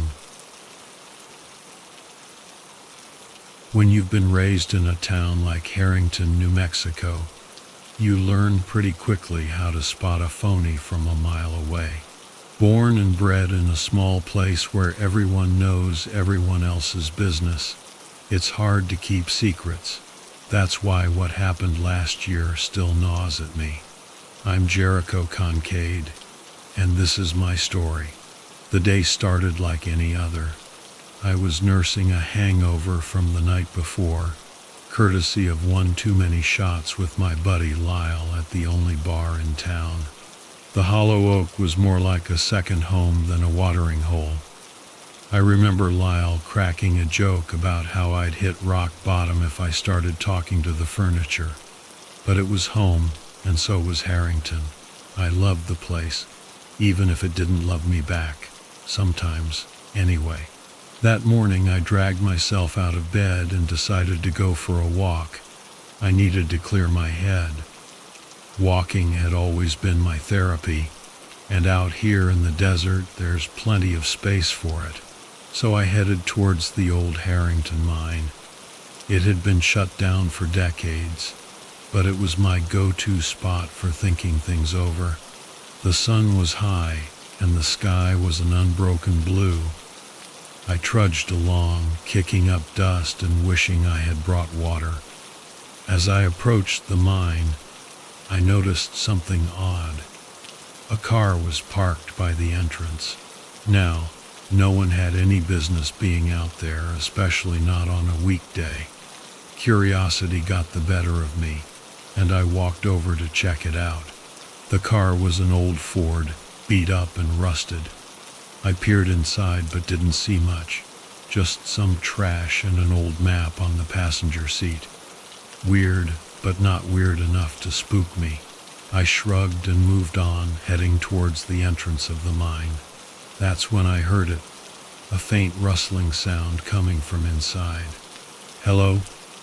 I called out, half expecting to see Lyle jump out and scare the hell out of me. But there was no answer. Just that rustling getting louder. I stepped inside, my eyes adjusting to the dim light. The place smelled of damp earth and decay, a scent that hadn't changed since I was a kid exploring these tunnels with my brother. I walked deeper, following the sound. It's probably just an animal, I told myself. Nothing to worry about. But then I heard a voice. A low, almost inaudible whisper. It sent a chill down my spine. "Is anyone there?" I called out again. This time, the whisper turned to a groan, a sound so human it made my blood run cold. I quickened my pace, my heart pounding in my chest, and that's when I saw it. A figure hunched over on the ground, covered in dirt and grime. "Hey, are you okay?" I asked, my voice echoing through the tunnel. The figure didn't move. I stepped closer and reached out to touch its shoulder. It was cold, lifeless. I recoiled in horror, realizing I was looking at a dead body.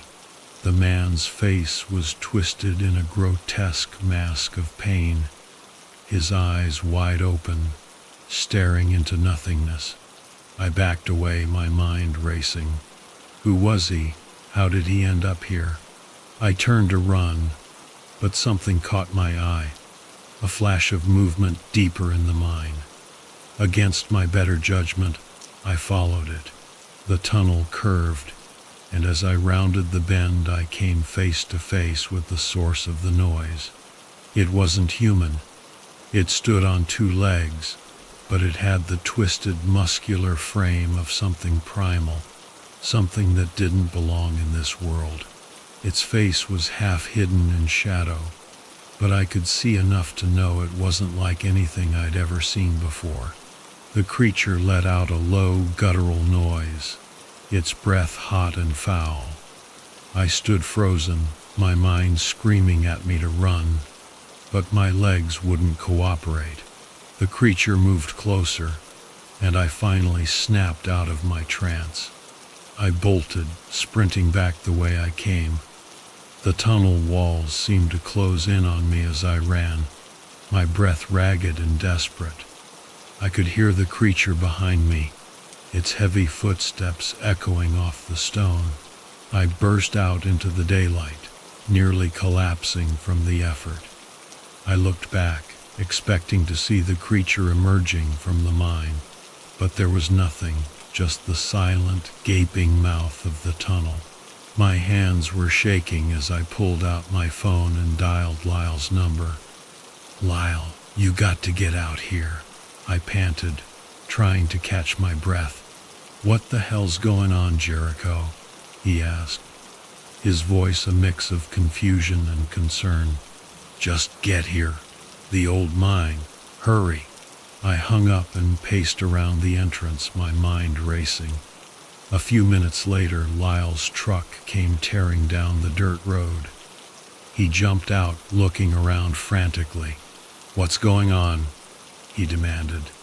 "There's a body in there, and something else. I don't know what it is, but it's not human," I blurted out. Lyle looked at me like I'd lost my mind, but he knew me well enough to take me seriously. We grabbed a couple of flashlights from his truck and headed back into the mine. The tension was thick, every sound amplified in the oppressive silence.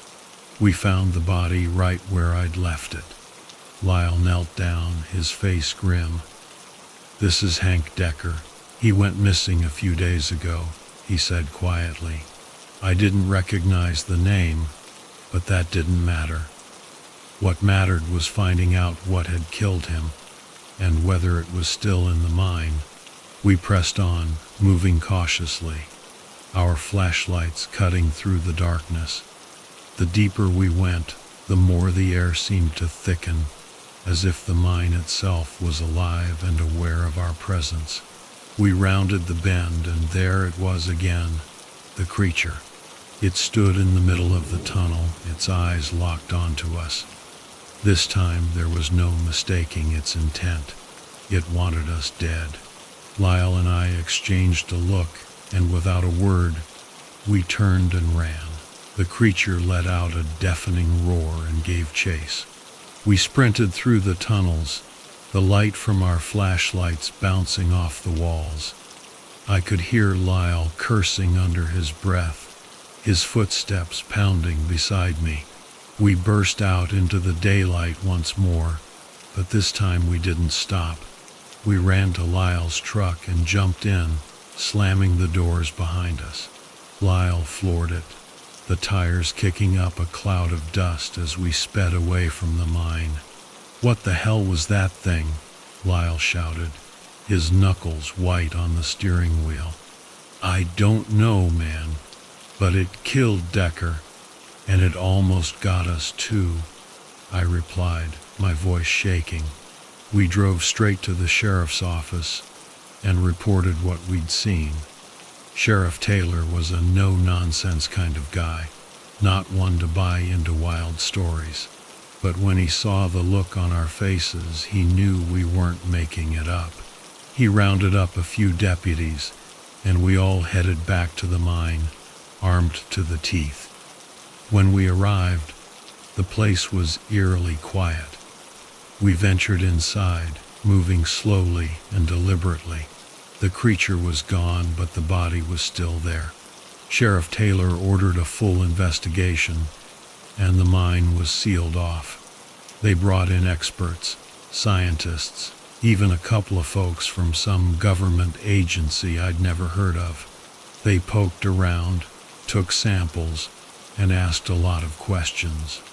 But they never found the creature. Or if they did, they sure as hell didn't tell us. The official report said Decker died of exposure and dehydration, but Lyle and I knew better. We saw that thing with our own eyes, and there was no way we were ever going to forget it. A few days later, I was back at the Hollow Oak, nursing a beer and trying to make sense of it all. Lyle sat next to me, staring into his drink. "You think it's still out there?" he asked quietly. I shrugged. "I don't know, Lyle, but I do know one thing. I'm not going back to that mine. Not ever." Life in Harrington returned to normal, or as normal as it could be after something like that. People whispered about what had happened, and some folks moved away, unable to shake the fear. But most of us stayed. This was home after all. Months went by, and the incident at the mine slowly faded from memory. But every now and then when I was out walking in the desert, I'd feel it, that uneasy sensation of being watched. I'd stop, look around, and see nothing but sand and scrub. But I knew it was out there somewhere, waiting. One night, I was sitting on my porch, looking out at the stars.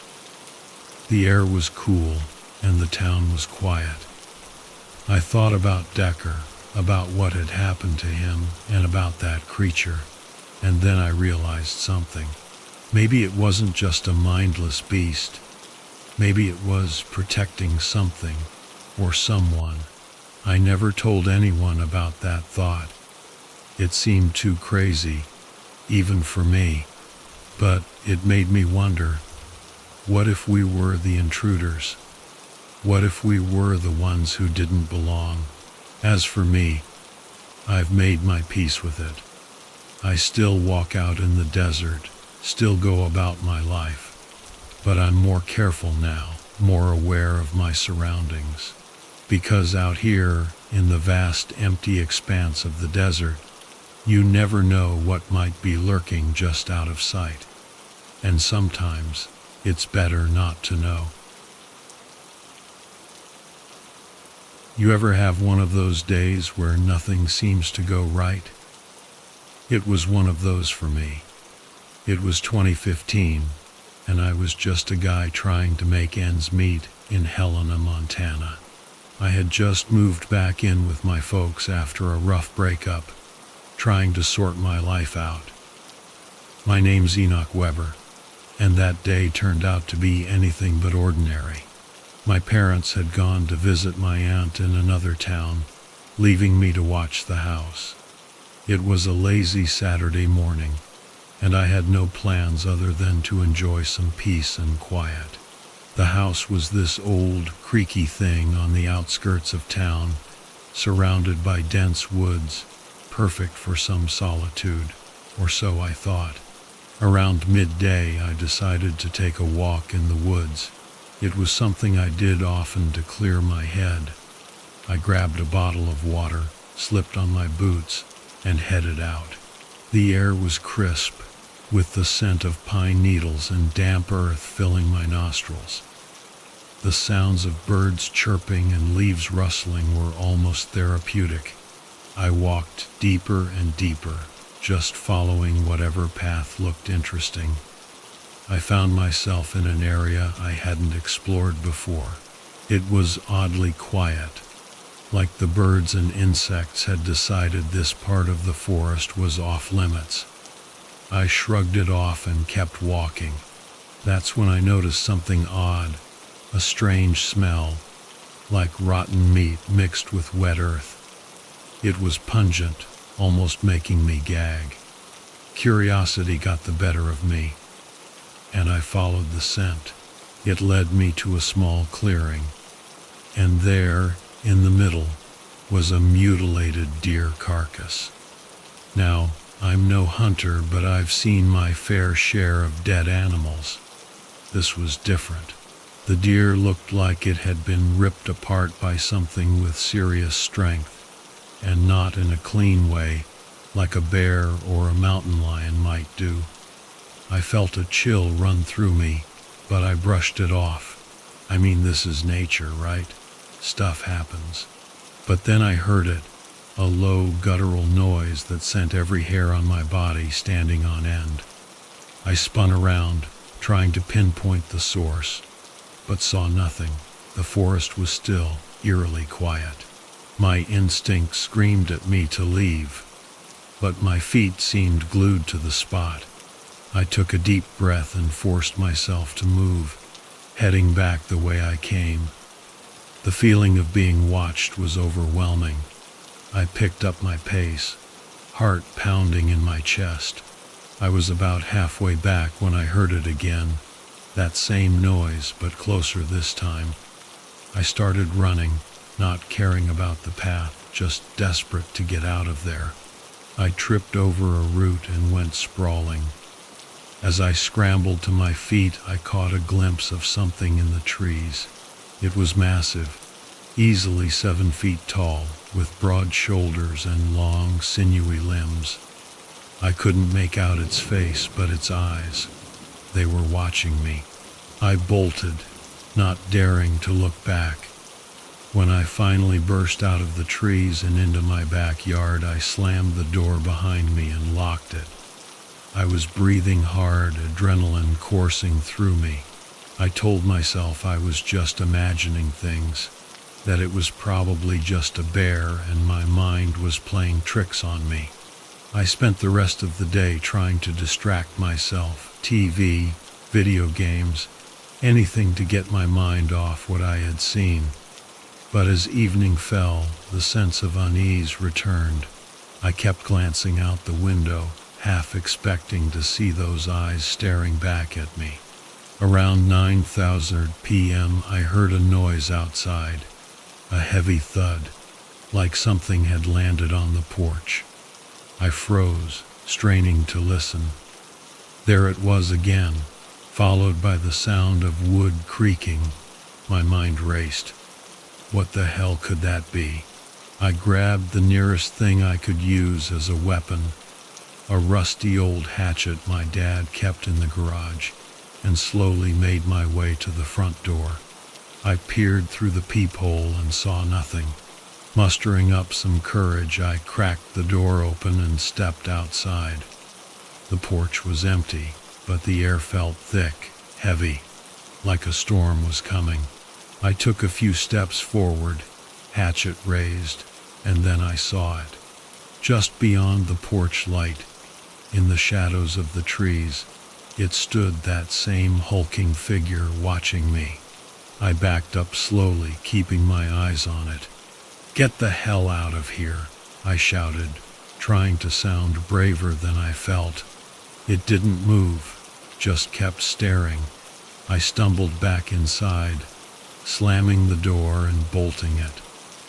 I called the police, my hand shaking as I explained what I had seen.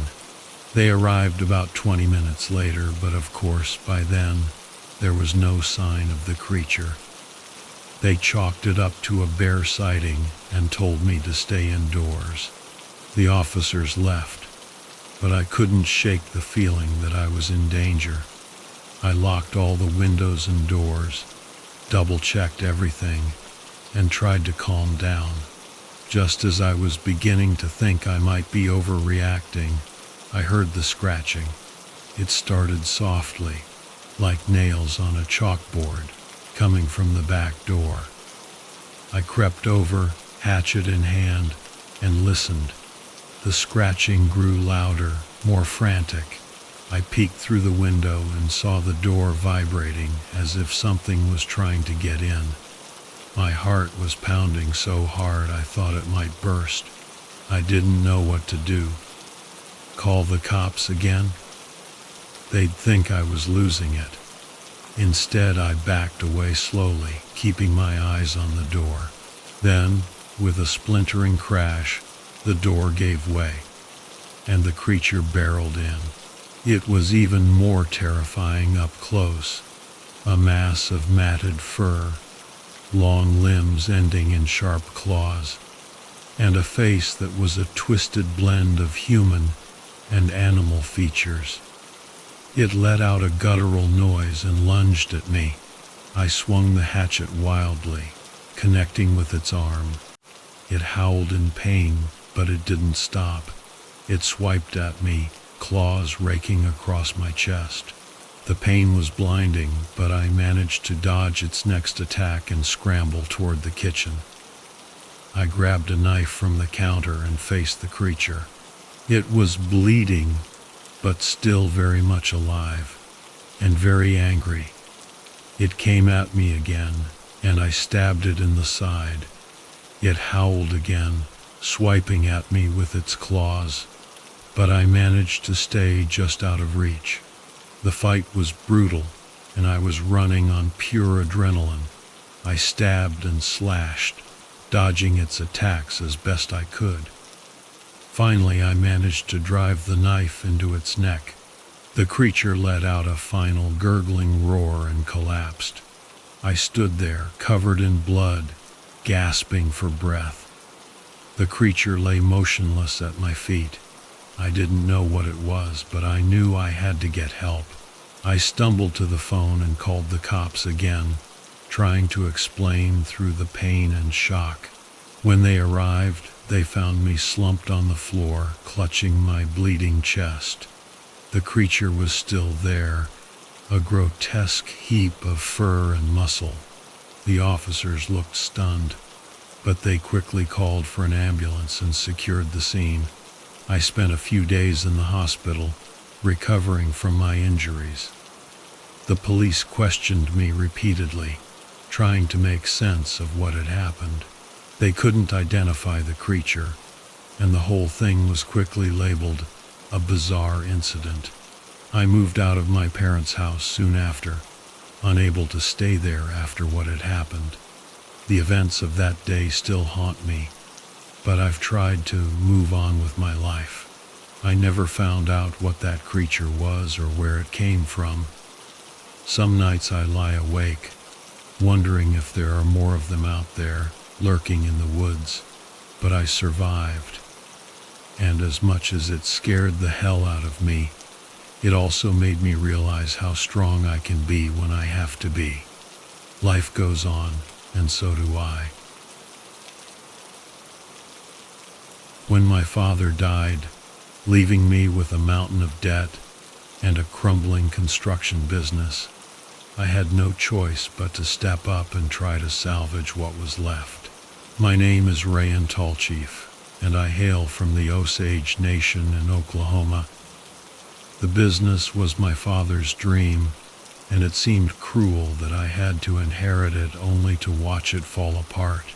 Yet here I was, on the verge of bankruptcy, trying to complete one last contract that could save everything. The project was a new wing for the University of Oklahoma Science Building, situated on the outskirts of Norman. It was supposed to be straightforward, a few months of hard work, and then we'd be paid enough to clear most of our debts. I'd even assembled a solid crew, guys I could trust, like Marcus Redwing and Teddy Whitebloom, both of whom I had known since high school. It was a typical late October morning when we started work, the kind where the sky was gray and the wind carried a chill that hinted at the coming winter. We were in the middle of laying the foundation when the backhoe hit something that wasn't earth or rock. The sound was a dull, metallic thud, and Marcus, who was operating the machine, jumped out and signaled for me to come over. "What do you think it is, Ran?" Marcus asked, wiping his brow with a dirty rag. "I don't know," I said, peering into the hole. "Could be an old pipeline or something." I climbed down into the pit, the damp earth cold beneath my boots, and started clearing the dirt away with a shovel. Teddy handed me a flashlight, and as I brushed more dirt aside, I saw it. It wasn't a pipe. It was a box. A large metal one, rusted and worn, but still intact. We managed to pull it out and pry it open with a crowbar. Inside were old documents, brittle and yellowed with age, and what looked like human bones. "Jesus, Ran, what have we got here?" Teddy whispered, his eyes wide. "I don't know," I said, staring at the skeleton, "but we need to call the authorities." The police arrived quickly, and the site was soon swarming with officers and forensic experts. They took the remains and the documents, promising to let us know what they found.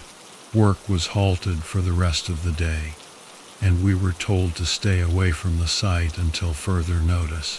That evening, back at my small apartment, I couldn't shake the unease that had settled over me. The discovery was unsettling, but more so were the documents. I hadn't gotten a good look at them, but I'd seen enough to know they were old, possibly dating back to the early 1900s. The next day, the university's administration called us in for a meeting. There were serious faces around the table, and Dr. Eleanor Parsons, the head of the history department, was there too. "We've done some preliminary research," Dr. Parsons began, "and it appears the documents pertain to a series of experiments conducted by a Dr. Lanahan Hawthorne in the 1920s. He was a biologist known for his controversial work on animal and human hybrids." "Hybrids?" Marcus asked, frowning. "You mean like crossing different species?" "Precisely, Doctor," Parsons said. "He was trying to create a new species, combining human and animal traits. The university shut down his experiments and buried everything, including the bodies of his subjects." "That's messed up," Teddy said, shaking his head. "Yes, it is," Dr. Parsons agreed. "And now it's out in the open again.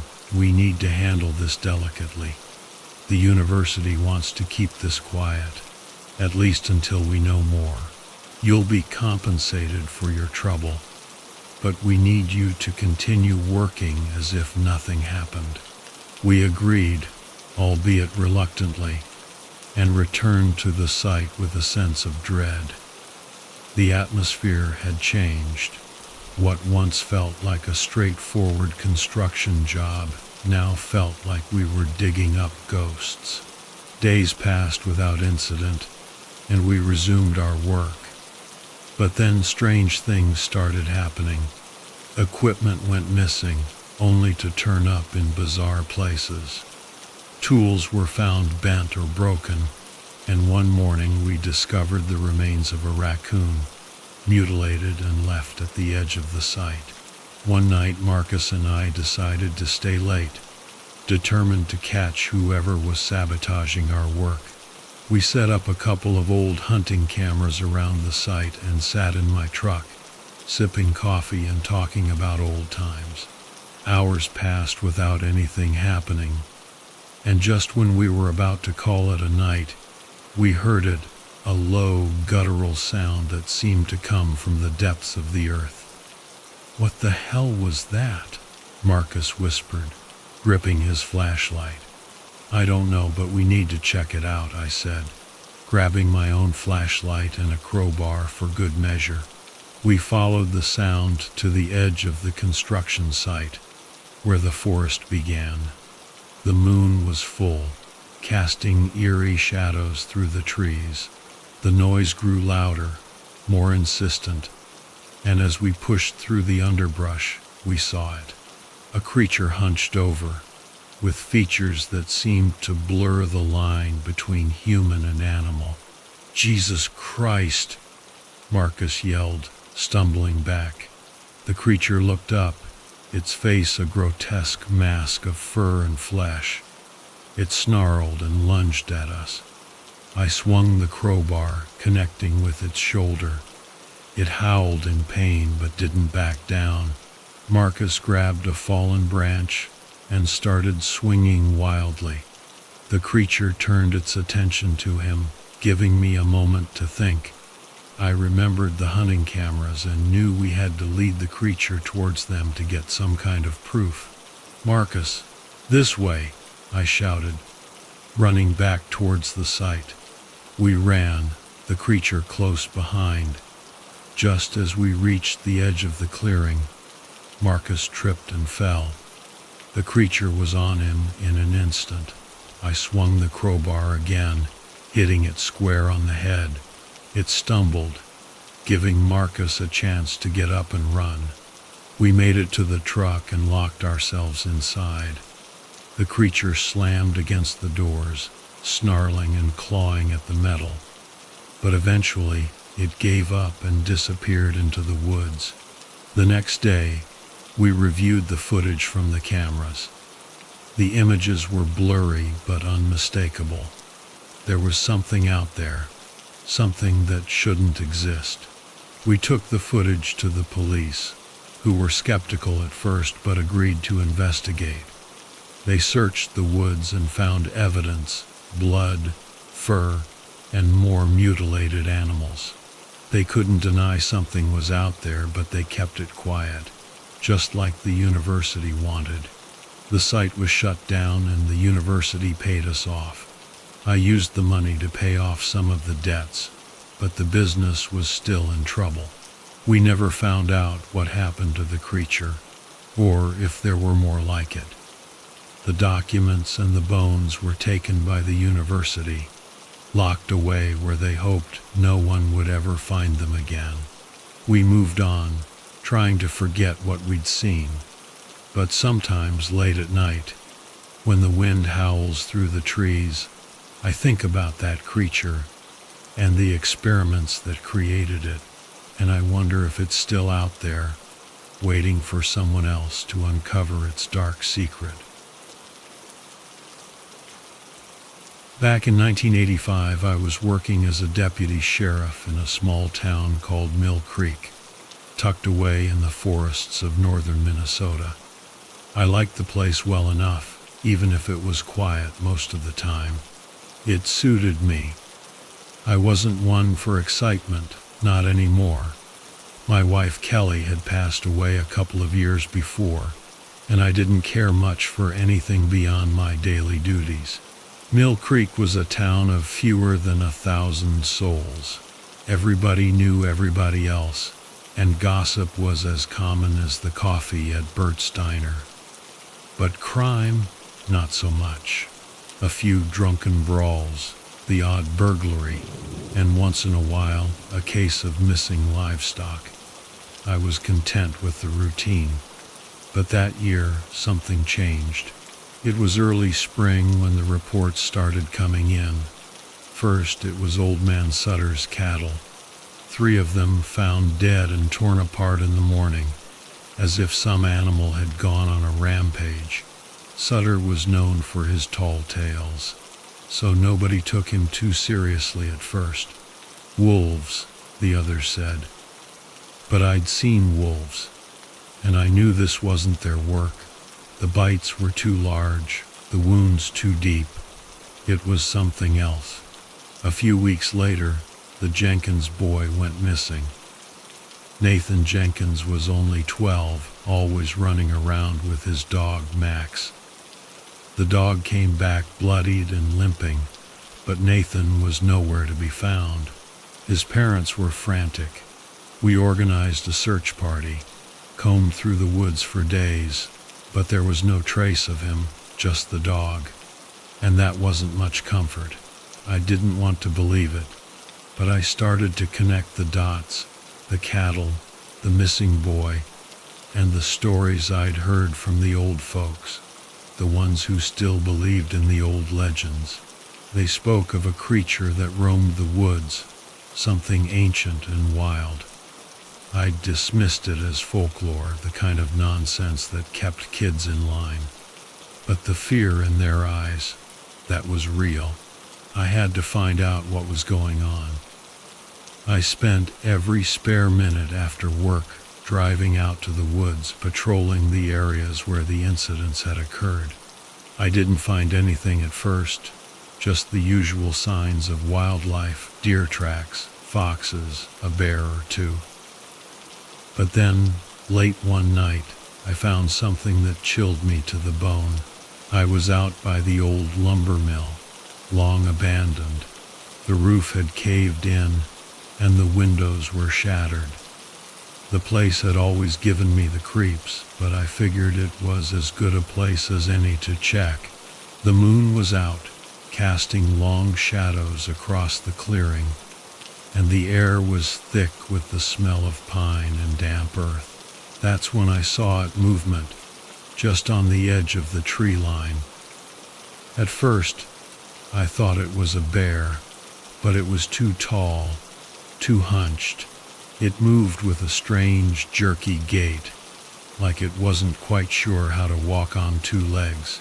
My heart pounded as I reached for my flashlight and drew my service revolver, a .357 Magnum, from its holster.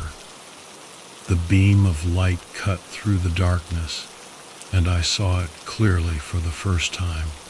The creature was monstrous, a twisted mix of animal and something else, something almost human. It was covered in thick, matted fur, but its face was all wrong. It had a snout like a wolf, but there was intelligence in its eyes, a malevolence that sent a shiver down my spine and made me want to turn tail and run. But I didn't run. I couldn't. This thing had killed, and it would kill again if I didn't stop it. It stared at me, unblinking, as if sizing me up, deciding whether I was worth the trouble. My hand shook as I squeezed the trigger, firing a shot. The bullet hit it square in the chest, and it howled, a sound that made the hairs on the back of my neck stand on end. But it didn't go down. It lunged at me, faster than I could have imagined. I fired again and again, emptying my revolver as I stumbled backward, tripping over roots and rocks. It was on me in a flash, its claws raking across my arm, its breath hot and foul in my face. I managed to roll to the side, scrambling to reload, but it was too fast. It swatted the gun out of my hand and roared, baring its teeth, jagged, yellow, and dripping with saliva. I thought I was done for. Then, just as suddenly as it had attacked, it stopped.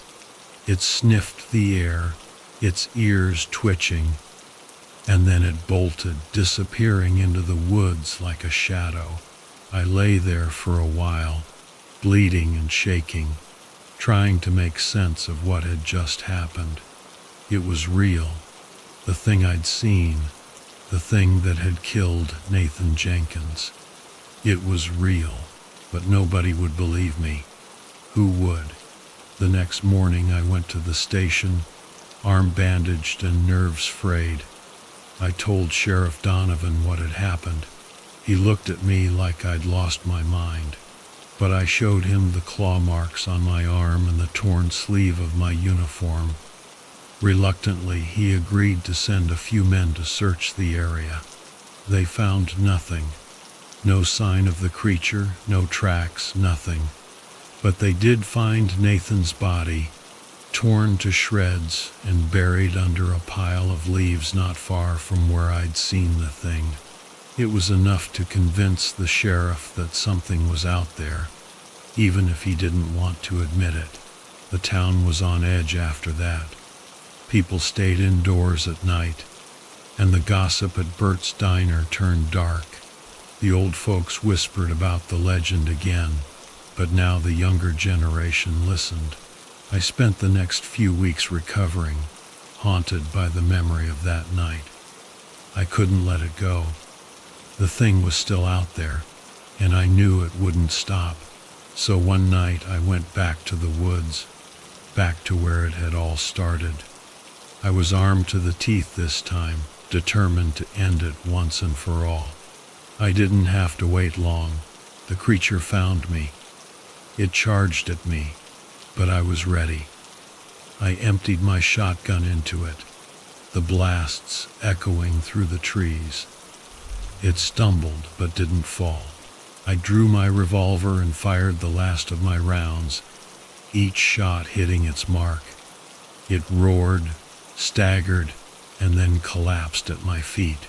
I stood over it, panting, watching as its body twitched and then lay still.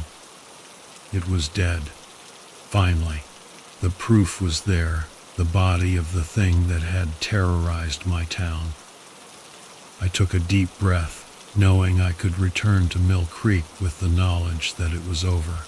I walked back to my car, not bothering to look back. The forest was silent, but it felt different now, somehow. Lighter. The creature was dead, but the encounter had changed me. I was no longer the same man who had sought peace and quiet in Mill Creek. I had seen something ancient and wild, something that defied explanation, and I knew that the wilderness held secrets that were best left undisturbed. Back in 2004, I'd finally saved enough to buy a little place up in the Ozarks. Nothing fancy, just a small cabin tucked away deep in the woods. I needed the peace and quiet after a rough couple of years dealing with my divorce and the sale of the family home. It wasn't just a hideaway, though. I'd always been someone who liked his solitude, a little too much maybe. But living off the grid had a certain appeal. So when I found the cabin on that dirt road outside Jasper, Arkansas, I took the chance. My name's Clyde Harper. I've been working as a welder for over 25 years, but things took a sharp turn after the divorce. My ex got the house, the dogs, and most of what we built. I didn't fight it. There wasn't any energy left to fight. So I packed up my tools, sold what I could, and decided to start over somewhere no one could find me. The cabin was an old structure, maybe from the 1970s, but sturdy enough to make a home. It had the essentials: a wood-burning stove, a couple of solar panels, and a well for water. The first few weeks out there were the best I'd felt in years. No traffic, no phone calls, just the wind in the trees and the occasional deer passing through. I spent my days fixing up the place, learning how to live without relying on grocery stores or electricity. I thought I had found paradise. Then came the noises. It started small, at night, after I'd shut down for the day and turned in. I'd hear what I assumed were animals outside. Usual forest stuff, rustling leaves, the crack of a twig. I'd lived in more rural areas before, and the sounds of the forest didn't usually get to me. But this was different. These sounds weren't coming from a distance. They were too close to the cabin, almost like something was pacing just outside, testing the boundaries. I brushed it off at first. Probably just raccoons, maybe a stray dog.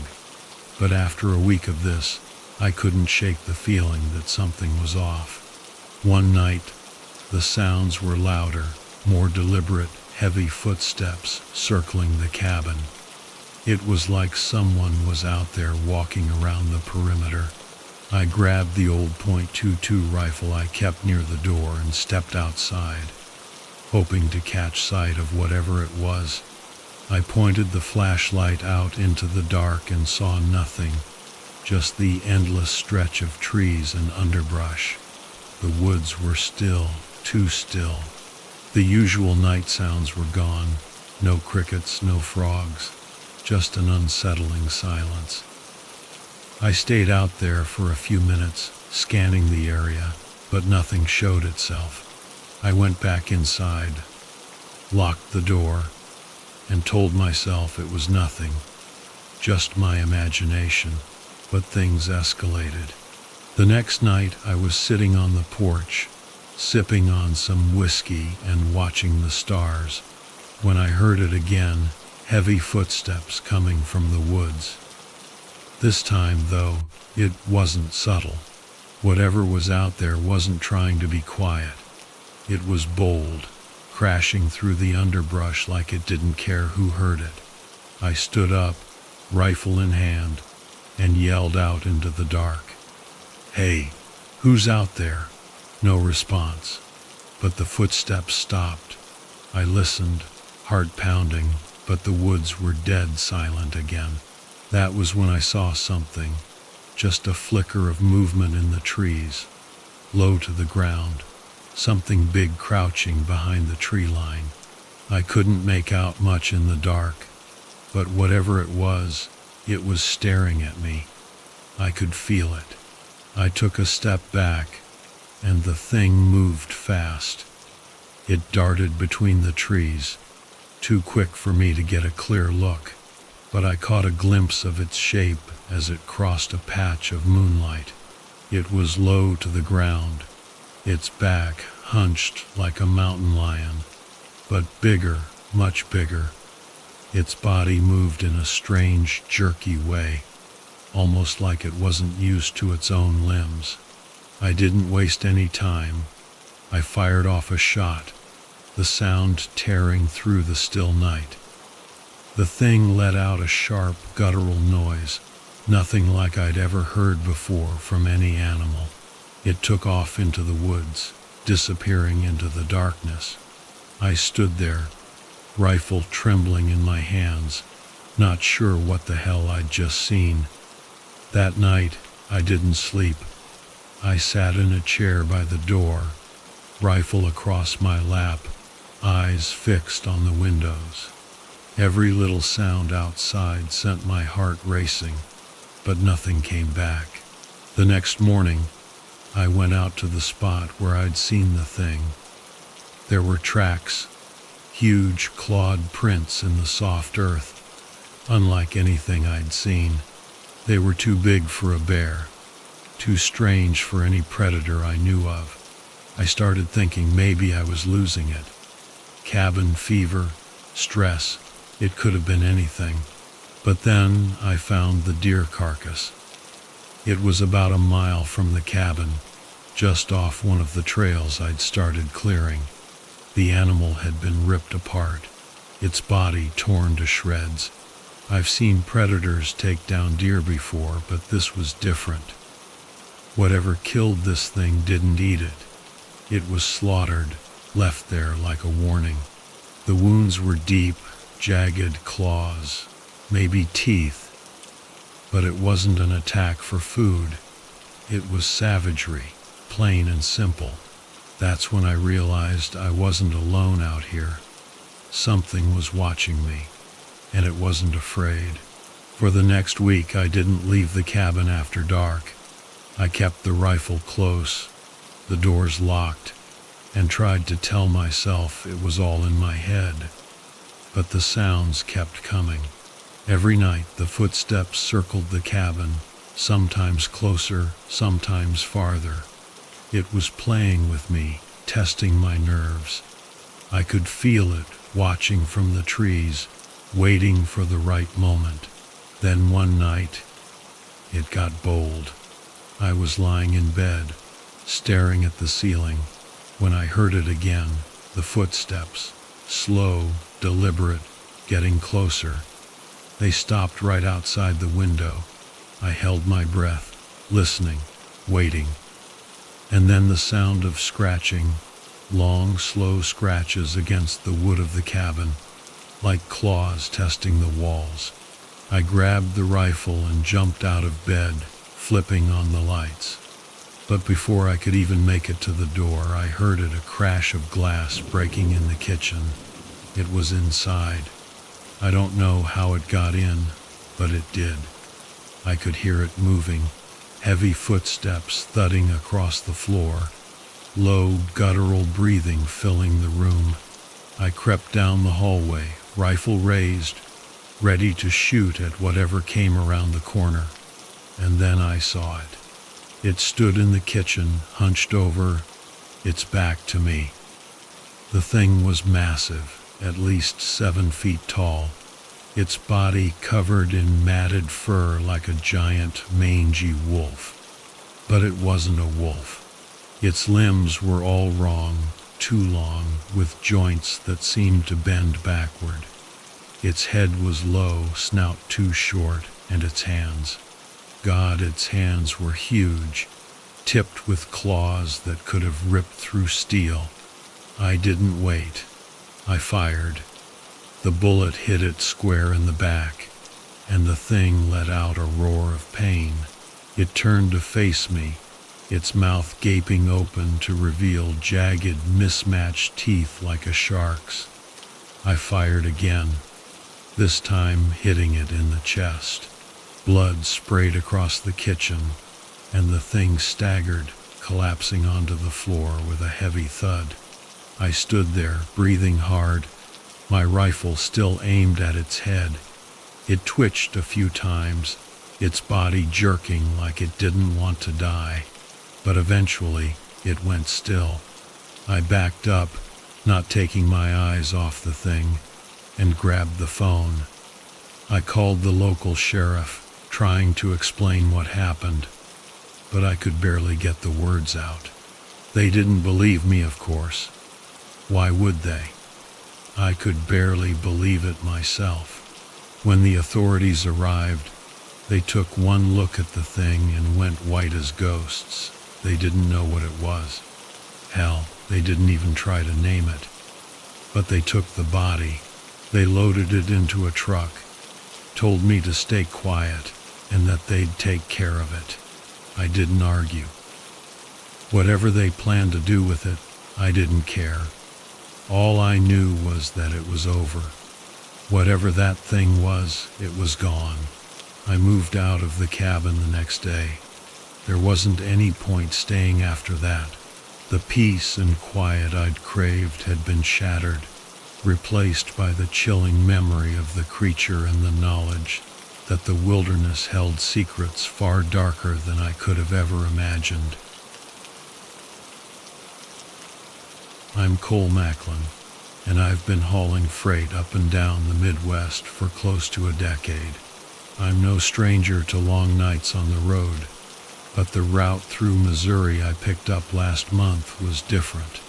There's a stretch of road up past Benton that I've driven a handful of times. It's a desolate part of the state, with narrow lanes and barely enough room for 2 semis to pass each other. There's nothing out there but fields, a few scraggly trees, and the occasional rusted-out truck abandoned on the shoulder. I never liked that stretch of road, but I didn't think much of it until that one night. The load was light, a few pallets of dry goods heading to a warehouse near the Arkansas border. It was around 11:00 p.m. when I hit that lonely stretch, and the road was empty, as usual. It was one of those nights when everything feels a little too quiet, even with the hum of the engine and the occasional rattle of the trailer. The moonlight barely cut through the trees, and there wasn't a single car in sight. I was about 10 miles in when I saw it, a pair of dim headlights in the distance. They were coming up slow, which was odd because everyone out here either barrels down the road like they're late for something, or crawls along like they're lost. As the lights got closer, I realized it was an old, beat-up pickup. The thing looked like it had seen better days: mud-caked tires, a missing grille, and a cracked windshield. I wouldn't have paid it much mind except for the fact that it was swerving. Not a drunk driver's kind of swerve, more like someone was struggling to keep it straight. I slowed down, figuring I'd pass them easy and be on my way. But just as I was about to overtake the truck, it veered hard to the right and disappeared off the road, straight into the field. I slammed on the brakes and pulled over, staring after the truck. My first thought was that the driver might have had a medical emergency or something, and I couldn't just leave them out there. I grabbed my flashlight from the glove box, radioed in a brief message to my dispatcher, and started walking toward where the truck had gone off the road. The field was rough and uneven, and it wasn't long before I found the pickup, its nose buried in the dirt, steam hissing from the engine. The driver's door was open, swinging slightly in the breeze. I called out, but no one answered.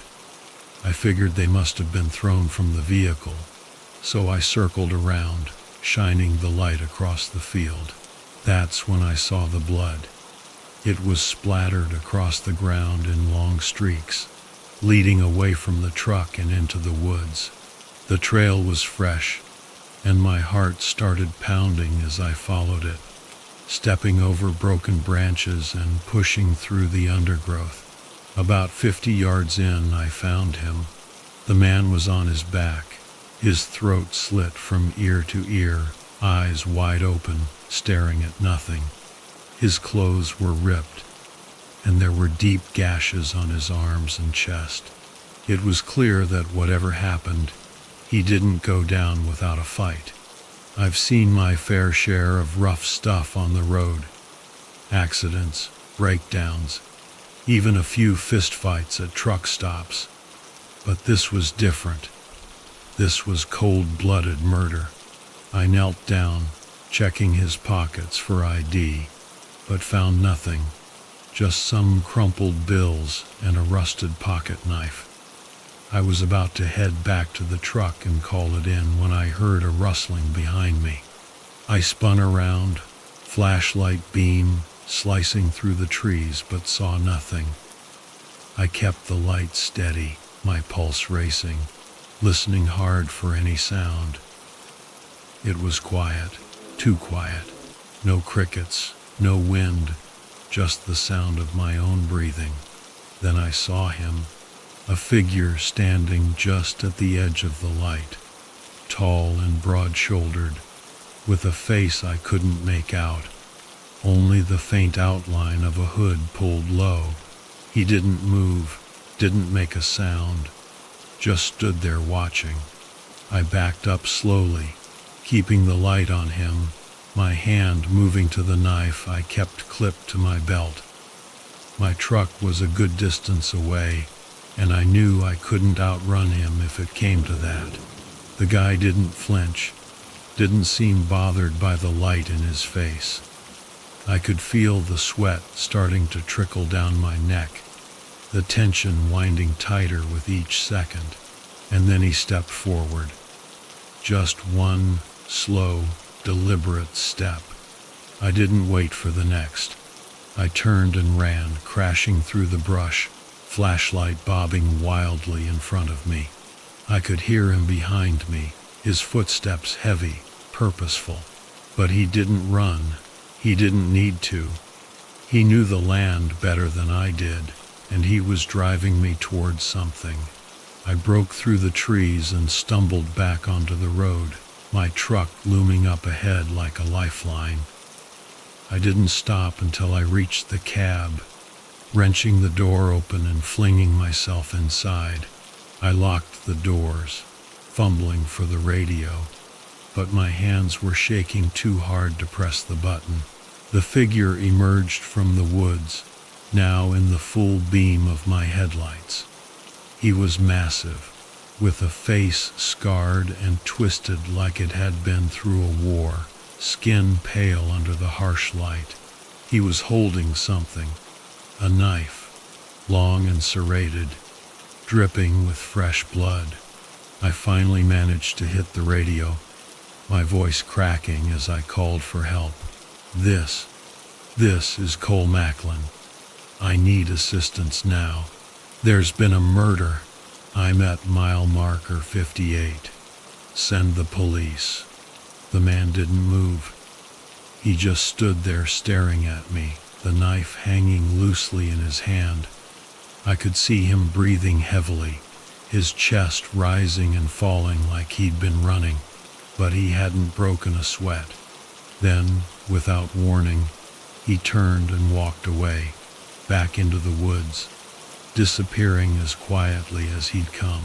I sat there, heart hammering, watching the darkness swallow him up, unsure if he was gone for good or just waiting for another chance. The police arrived about 20 minutes later, and they found the body where I said it would be. They didn't question me much, just took my statement, my description of the man, and let me go. I don't know what they thought of my story, but they found the blood, the knife, and the tracks leading back into the woods. The guy was real, and I knew they were going to find him eventually. I never took that route again. I heard later that the man had been identified, a local drifter with a history of violence. They caught up with him a week later, dead in a ditch not far from where I saw him. Someone had done to him what he'd done to others, slit his throat and left him to bleed out. I don't think about it much these days. It's part of the job, I guess. You see things, you move on. But I'll tell you one thing. Next time I see a pair of swerving headlights on a dark road, I'm driving the other way. I was never much of a camper. I preferred the comfort of a city where the lights never go out and the sound of car horns drowns out the whispers of the night. But it was my brother Felix who loved the outdoors. He was the kind of guy who found peace in the silence of the wilderness, who said he could hear the heartbeat of the earth when he lay on the cold, damp ground. I didn't get it, but I loved Felix. And when he asked me to join him on a trip to a place called Needle Creek in 1997, I couldn't say no. I'm Ivan Avery, and I was born and raised in Manhattan, where the only mountains you see are made of concrete and glass. I've been through my share of tough times, grew up in a family where money was always tight, but we got by. Felix was the opposite of me, calm, collected, always looking for an escape from the chaos of city life. He believed that nature was the antidote to all that stress. I thought he was crazy, but I also admired him for it. We drove out in his beat-up Toyota, the kind of car that looks like it's held together by rust and hope. The trip to Needle Creek took us deep into the heart of Montana, far from anything that resembled civilization. The road turned from asphalt to gravel to dirt, and soon enough we were bouncing along a barely visible path, surrounded by dense forests that felt like they'd never seen a human footprint.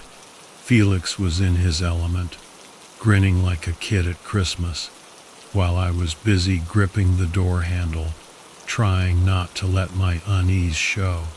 We parked at the trailhead, a lonely spot marked by a weathered wooden sign that simply read, Needle Creek Trail. The name sounded ominous to me, but Felix assured me it was just because the creek cut through the rocks sharply, like a needle through fabric. We packed our gear, tents, sleeping bags, a few days' worth of food, and a couple of old rifles Felix insisted we bring for protection. I didn't think we'd need them, but something about the way the forest loomed over us, the shadows stretching long and deep, made me glad we had them. The first day was uneventful.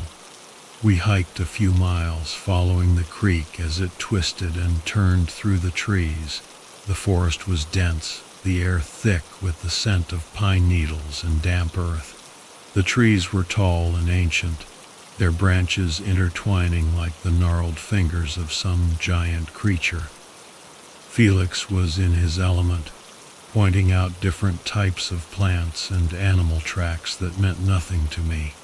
I nodded along, trying to match his enthusiasm, but my mind was elsewhere, back in the city, where the worst thing you had to worry about was a mugger, not whatever lurked in the shadows of this place.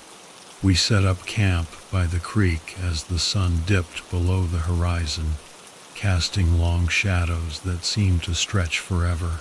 Felix cooked us a simple meal of beans and bacon over a campfire, and for a while I started to relax. The sound of the water rushing by, the crackle of the fire, and Felix's easy laughter were almost enough to make me forget how far we were from anything familiar.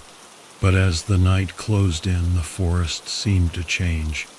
The shadows grew deeper, the trees more menacing, and the silence. It wasn't peaceful anymore. It was oppressive, like the whole world was holding its breath, waiting for something to happen. Felix didn't seem to notice, or if he did, he didn't say anything.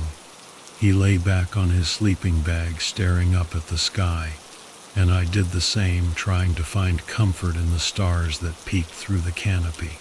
It was around midnight when I first heard it, a low rumbling sound, far off in the distance. I sat up, straining my ears, but it was gone as quickly as it had come. Felix stirred beside me, but he didn't wake up.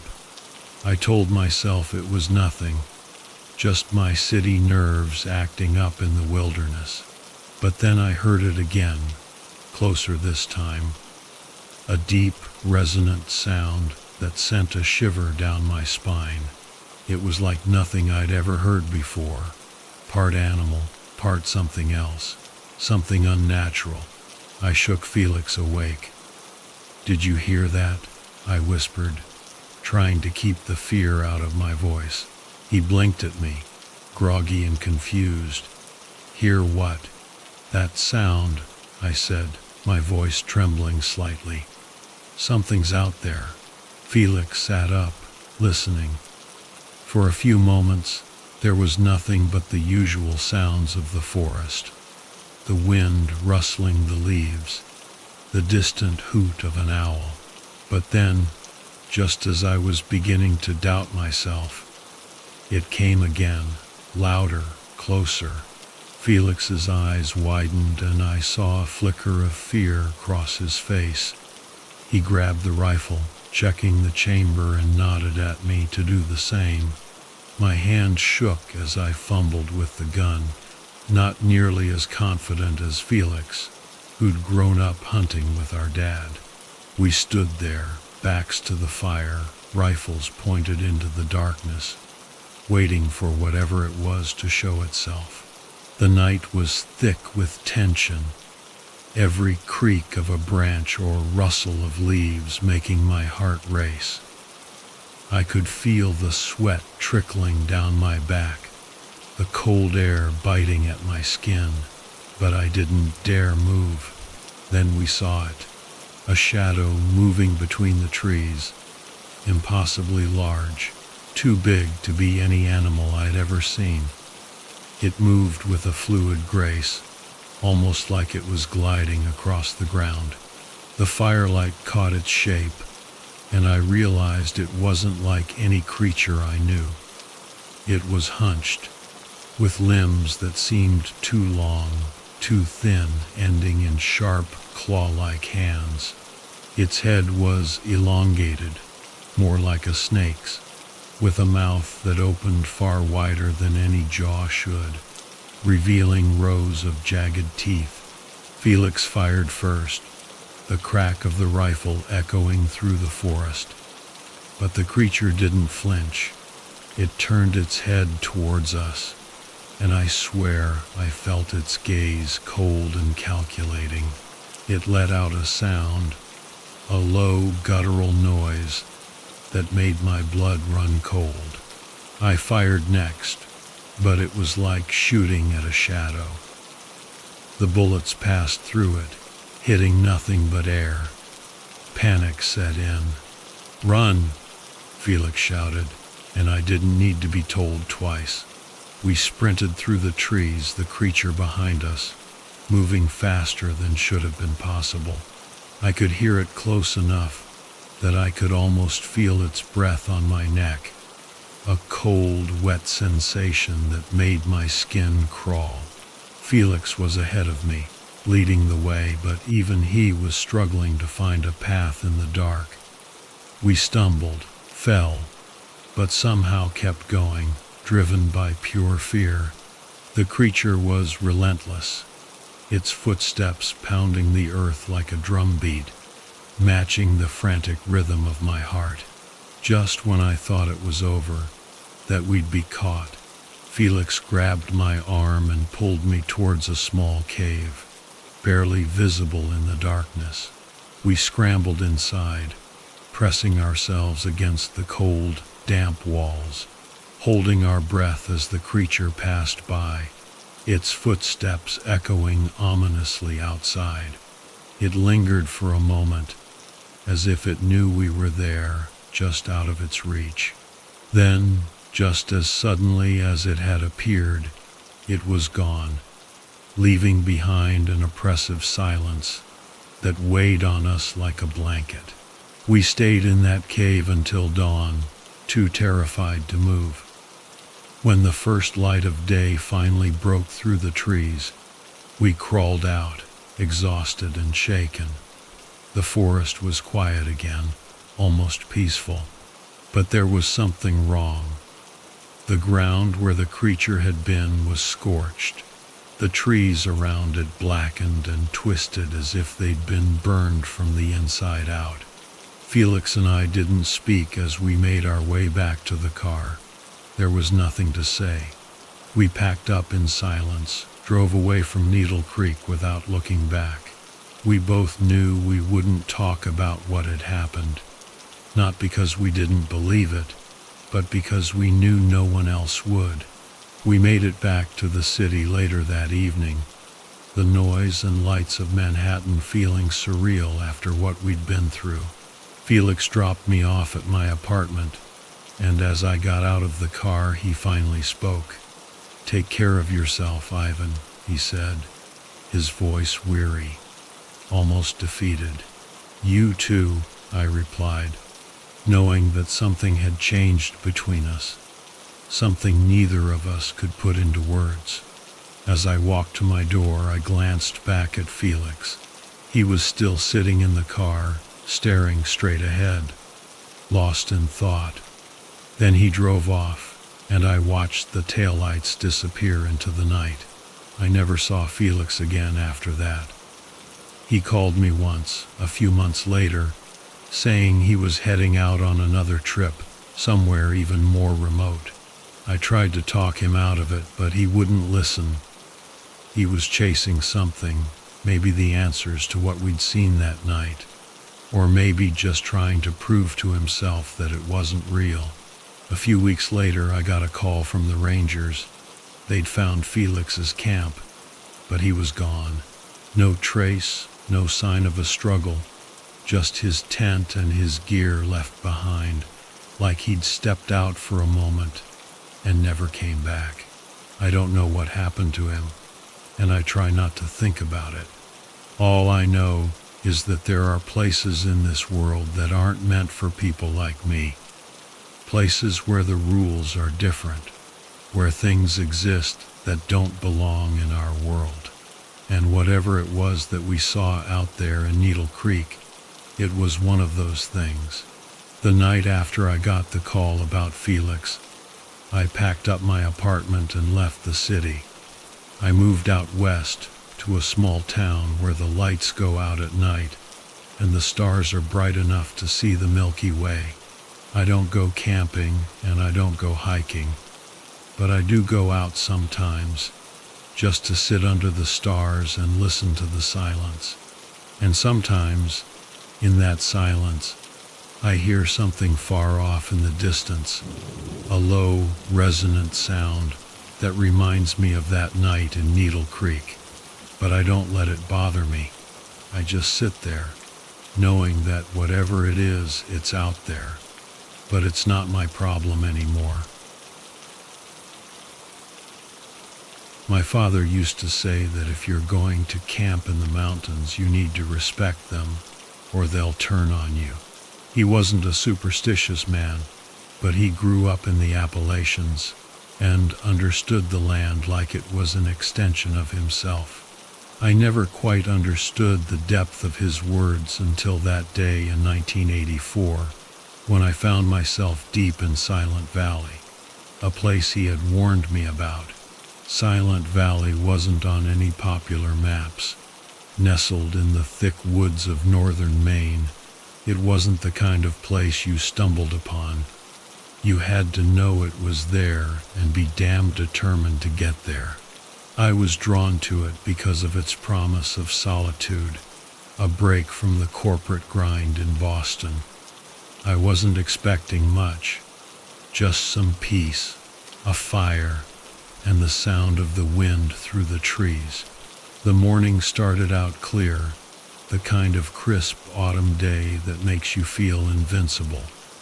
The air was sharp and clean, with the scent of pine needles filling my lungs. I parked my old Ford at the trailhead and began the hike in. The path was barely a suggestion, more of a memory of a trail than something anyone had maintained in years. But I liked that. It meant fewer people, fewer distractions.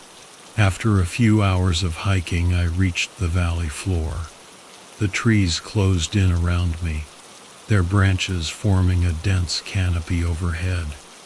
The air was thick with the scent of pine and damp earth. It was quieter than I expected, too quiet. There were no birds, no rustling of leaves, just an oppressive silence that seemed to push down on me. It was eerie, but I chalked it up to the remoteness of the place. I set up camp near a small stream that trickled through the valley.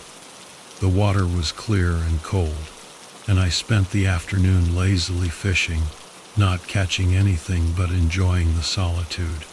As the sun began to dip behind the mountains, painting the sky in hues of orange and purple, I started a fire and cooked the can of beans I'd brought. I was settled in, content, and for a brief moment, I thought about what my father had said about respecting the mountains. That thought was cut short when I heard the first noise. It was faint, like a distant whisper carried by the wind. I dismissed it as the creaking of trees, but it persisted, growing louder, becoming a sort of rhythmic thump. I stood up from the fire, scanning the trees, expecting to see a deer or some other wildlife. But there was nothing, just the darkness creeping in and that sound, now a steady, almost mechanical beat. It was then that I saw it, a figure moving between the trees. My first thought was that it was a bear, but it moved too fluidly, too intentionally. It was low to the ground, its limbs elongated and unnatural, bending in ways that didn't make sense.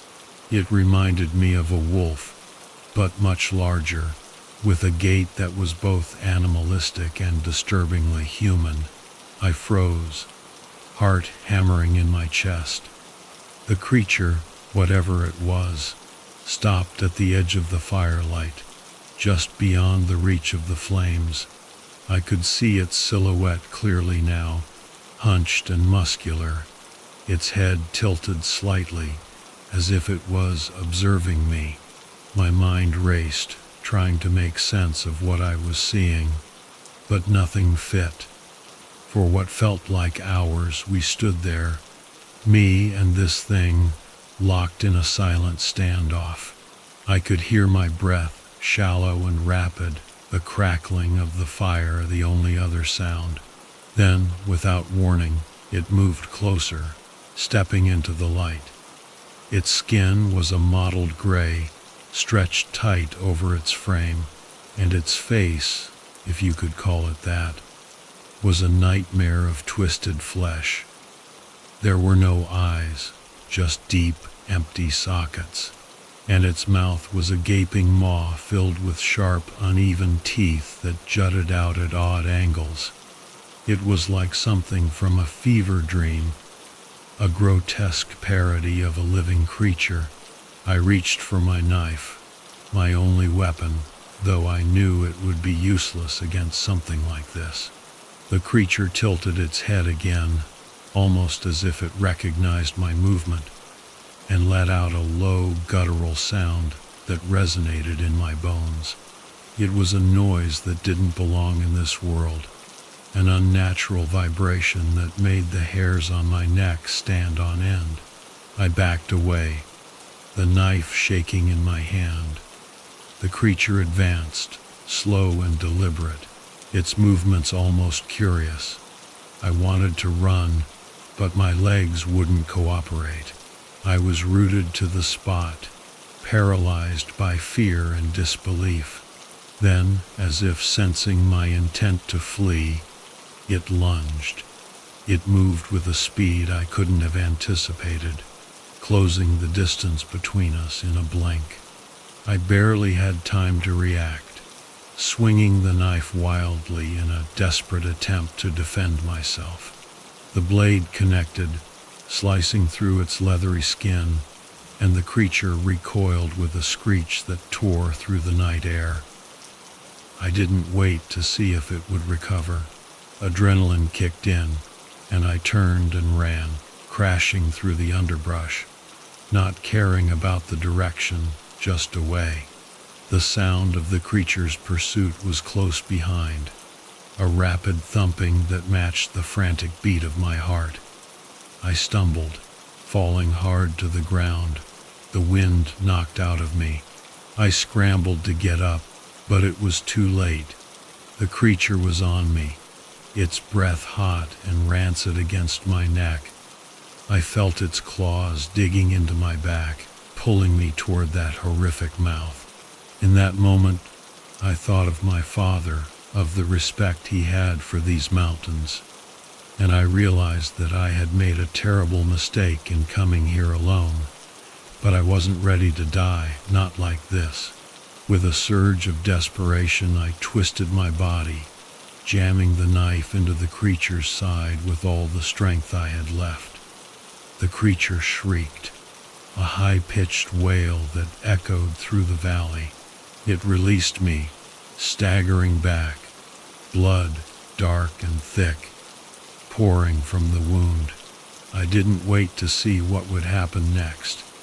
I forced myself to my feet and ran, fueled by pure survival instinct. The trees blurred as I tore through the forest, the sounds of the creature's anguish fading behind me. I don't know how long I ran, but eventually, I burst out of the trees onto the old trail, collapsing beside my truck. I fumbled with the keys, hands shaking, and finally managed to start the engine. As I sped away, I caught a glimpse of the creature at the edge of the woods, its twisted form silhouetted against the trees. It didn't follow, just stood there watching as I disappeared down the road. I drove all night, not stopping until I reached the next town. I told the locals what had happened, expecting them to dismiss me as a lunatic. But they didn't. They listened, their faces grim, and one of the older men nodded knowingly. "That valley," he said, "has a history. People go in and don't come out. You're lucky you did." I left Maine the next day, never looking back. The knife, still stained with the creature's blood, I buried deep in a drawer at home, a reminder of the thing that lurked in Silent Valley. It's been years since that night, but I can still feel the weight of the creature's gaze, still hear the echo of its unnatural scream. I don't go into the mountains alone anymore, and I've made peace with the fact that some places are meant to be left alone. But I'll never forget the cold howl of Silent Valley and the thing that waited there for me.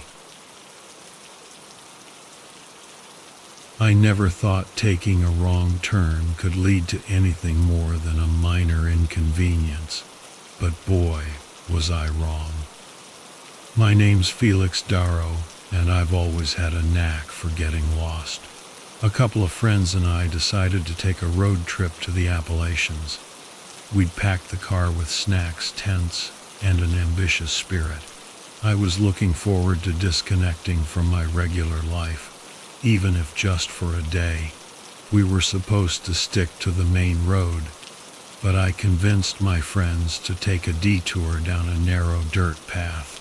The road looked promising at first, quiet, lined with thick trees, and leading us deeper into the wilderness.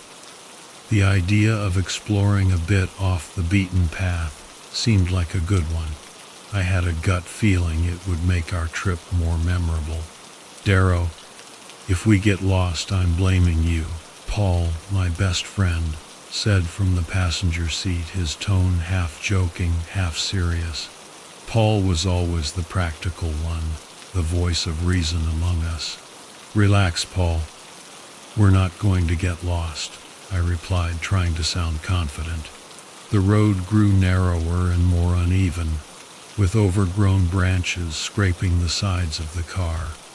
After a couple of miles, it became clear we'd made a mistake. The dirt path didn't lead anywhere. It just got rougher, until it was barely a track at all. "All right, I think we should turn back," said Maria from the back seat. Maria was usually the adventurous type, but even she was getting antsy. I tried to maneuver the car to make a U-turn, but the wheels skidded in the loose gravel, and we ended up stuck in a ditch. The engine roared, but we weren't moving an inch. "Great, just great," Paul muttered, stepping out to inspect the damage. We all got out and assessed our situation. The car was thoroughly wedged, and no amount of pushing was going to get it out. We decided to hike back to the main road and find help. We didn't have a lot of daylight left, so we grabbed our backpacks and started walking. The woods were dense, the air thick with humidity and the smell of damp earth. The path we had taken seemed to vanish behind us, swallowed by the encroaching forest. Paul kept checking his phone, but there was no signal. We walked in what we hoped was the direction of the main road, but every step seemed to take us deeper into the woods. "Anyone else getting a bad feeling about this?" Maria asked, looking around nervously. "I'm sure we're almost there," I said, more to reassure myself than the others. Hours passed, and the forest grew darker. We were officially lost. The sounds of birds and insects were gradually replaced by an eerie silence, broken only by the occasional snap of a twig under our feet. Just as I was about to suggest we set up camp for the night, we stumbled upon a clearing with an old, decrepit house in the middle. "Looks like something out of a horror movie," Paul said, eyeing the house warily. "We don't have many options," I pointed out. "Maybe there's a phone, or at least someone who can give us directions." We approached the house cautiously. It was clearly abandoned, with broken windows and a sagging roof. The door creaked loudly as I pushed it open. Inside, the air was stale and thick with dust, and a musty odor clung to the decaying furniture. "Hello?" I called out, my voice echoing through the empty rooms. No response. We decided to explore a bit. hoping to find something useful. The house was filled with old broken furniture and strange rusted tools. It didn't look like anyone had lived there for years.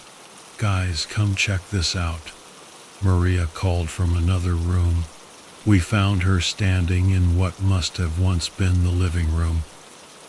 On the walls were old, faded photographs of a family. The people in the photos looked normal enough, but there was something off about them, something unsettling in their expressions. "This is creepy," Paul said, shivering slightly. We were about to leave the house when we heard the unmistakable sound of footsteps above us. We froze, listening. The footsteps were slow and deliberate, moving across the floorboards. "There's someone up there," I whispered. "Let's get out of here," Maria said, her voice trembling. We backed out of the house quietly, but as soon as we stepped outside, we saw them. A group of people emerged from the trees surrounding us. They were disheveled, with matted hair and tattered clothes. Their eyes, though, those eyes were filled with a hunger that sent a chill down my spine. "Look what we have here," one of them said, his voice a harsh rasp. We didn't wait to find out what they wanted. We bolted, running blindly into the woods. The group chased after us, their footsteps pounding behind us. "Split up!" I shouted, hoping to confuse them. Paul, Maria, and I darted in different directions. I could hear their shouts and the sounds of the pursuers scattering. I ran as fast as I could, branches scratching my arms and face, my heart pounding in my chest, and my breath coming in ragged gasps. I stumbled through the trees until I couldn't hear the footsteps anymore. I found a thick bush to hide behind, crouching down and trying to stay silent. Minutes passed like hours. Just when I thought it was safe, I heard a rustling nearby. I held my breath, peeking through the leaves. It was Paul, his face pale and covered in sweat. "They got Maria," he whispered, his voice shaking. My stomach dropped. Maria was one of the bravest people I knew. If they got her, we were in serious trouble. "We have to find her," I said, even though the idea of going back filled me with dread. We moved quietly through the woods, trying to retrace our steps. The forest was like a maze, each tree looking the same as the last. We were careful, listening for any signs of the group. Eventually, we came across a small clearing. In the center was a crude campsite with a fire pit and a few makeshift shelters. And there, tied to a post, was Maria. She was unconscious, with a nasty gash on her forehead. "Felix, what are we going to do?" Paul whispered, his fear evident. "We have to get her out of there," I said, trying to sound braver than I felt. "You create a distraction, and I'll get Maria." Paul nodded reluctantly. He picked up a rock and threw it towards the other side of the camp. The rock clattered loudly against the trees, drawing the attention of the group. They moved towards the noise, giving me a chance to sneak into the camp. I reached Maria and started untying her. She stirred, groaning softly. "Hang in there, Maria. We're getting you out of here," I whispered. I managed to get her free, and we started to move away when one of the group members spotted us. "Hey, they're here!" he shouted. Chaos erupted. Paul grabbed a stick and swung it at one of the attackers while I dragged Maria through the trees. We ran as fast as we could, adrenaline fueling our escape. We didn't stop until we were sure we'd lost them. We found a small cave to hide in, catching our breath and assessing our situation. "We need to find help," I said, looking at Paul and Maria. "We can't survive out here on our own." "We're not far from the main road," Paul said, checking his phone again. If we keep moving, we'll get there by morning. We took turns keeping watch through the night, too scared to sleep. When dawn broke, we set off again, our bodies aching but determined. We moved quickly and quietly, avoiding any paths that seemed too obvious. As the sun climbed higher, we finally saw the main road in the distance. Relief washed over us, but we didn't slow down until we were standing on the asphalt. We flagged down a passing car, explaining our situation to the driver. He took us to the nearest town, where we contacted the authorities. They launched a search for the group and rescued the other captives they found in the forest. In the end, we were lucky to be alive. We never spoke about the details of what happened in those woods. We didn't need to. The scars, both visible and invisible, were enough of a reminder. The authorities asked us to give statements to help them understand what happened and to prevent it from happening again. We did our best, but there were things we couldn't explain, things that would haunt us forever. Life eventually returned to normal, or as normal as it could get. I still have a knack for getting lost, but I stick to the main roads now. I've learned my lesson, and so have Paul and Maria. We don't talk about that day, but we don't need to. We all know what we went through, and that's enough. When I look back, I realize how close we came to losing everything. It's a reminder that sometimes a wrong turn can lead you into the darkest parts of the world. And sometimes, if you're lucky, you can find your way back.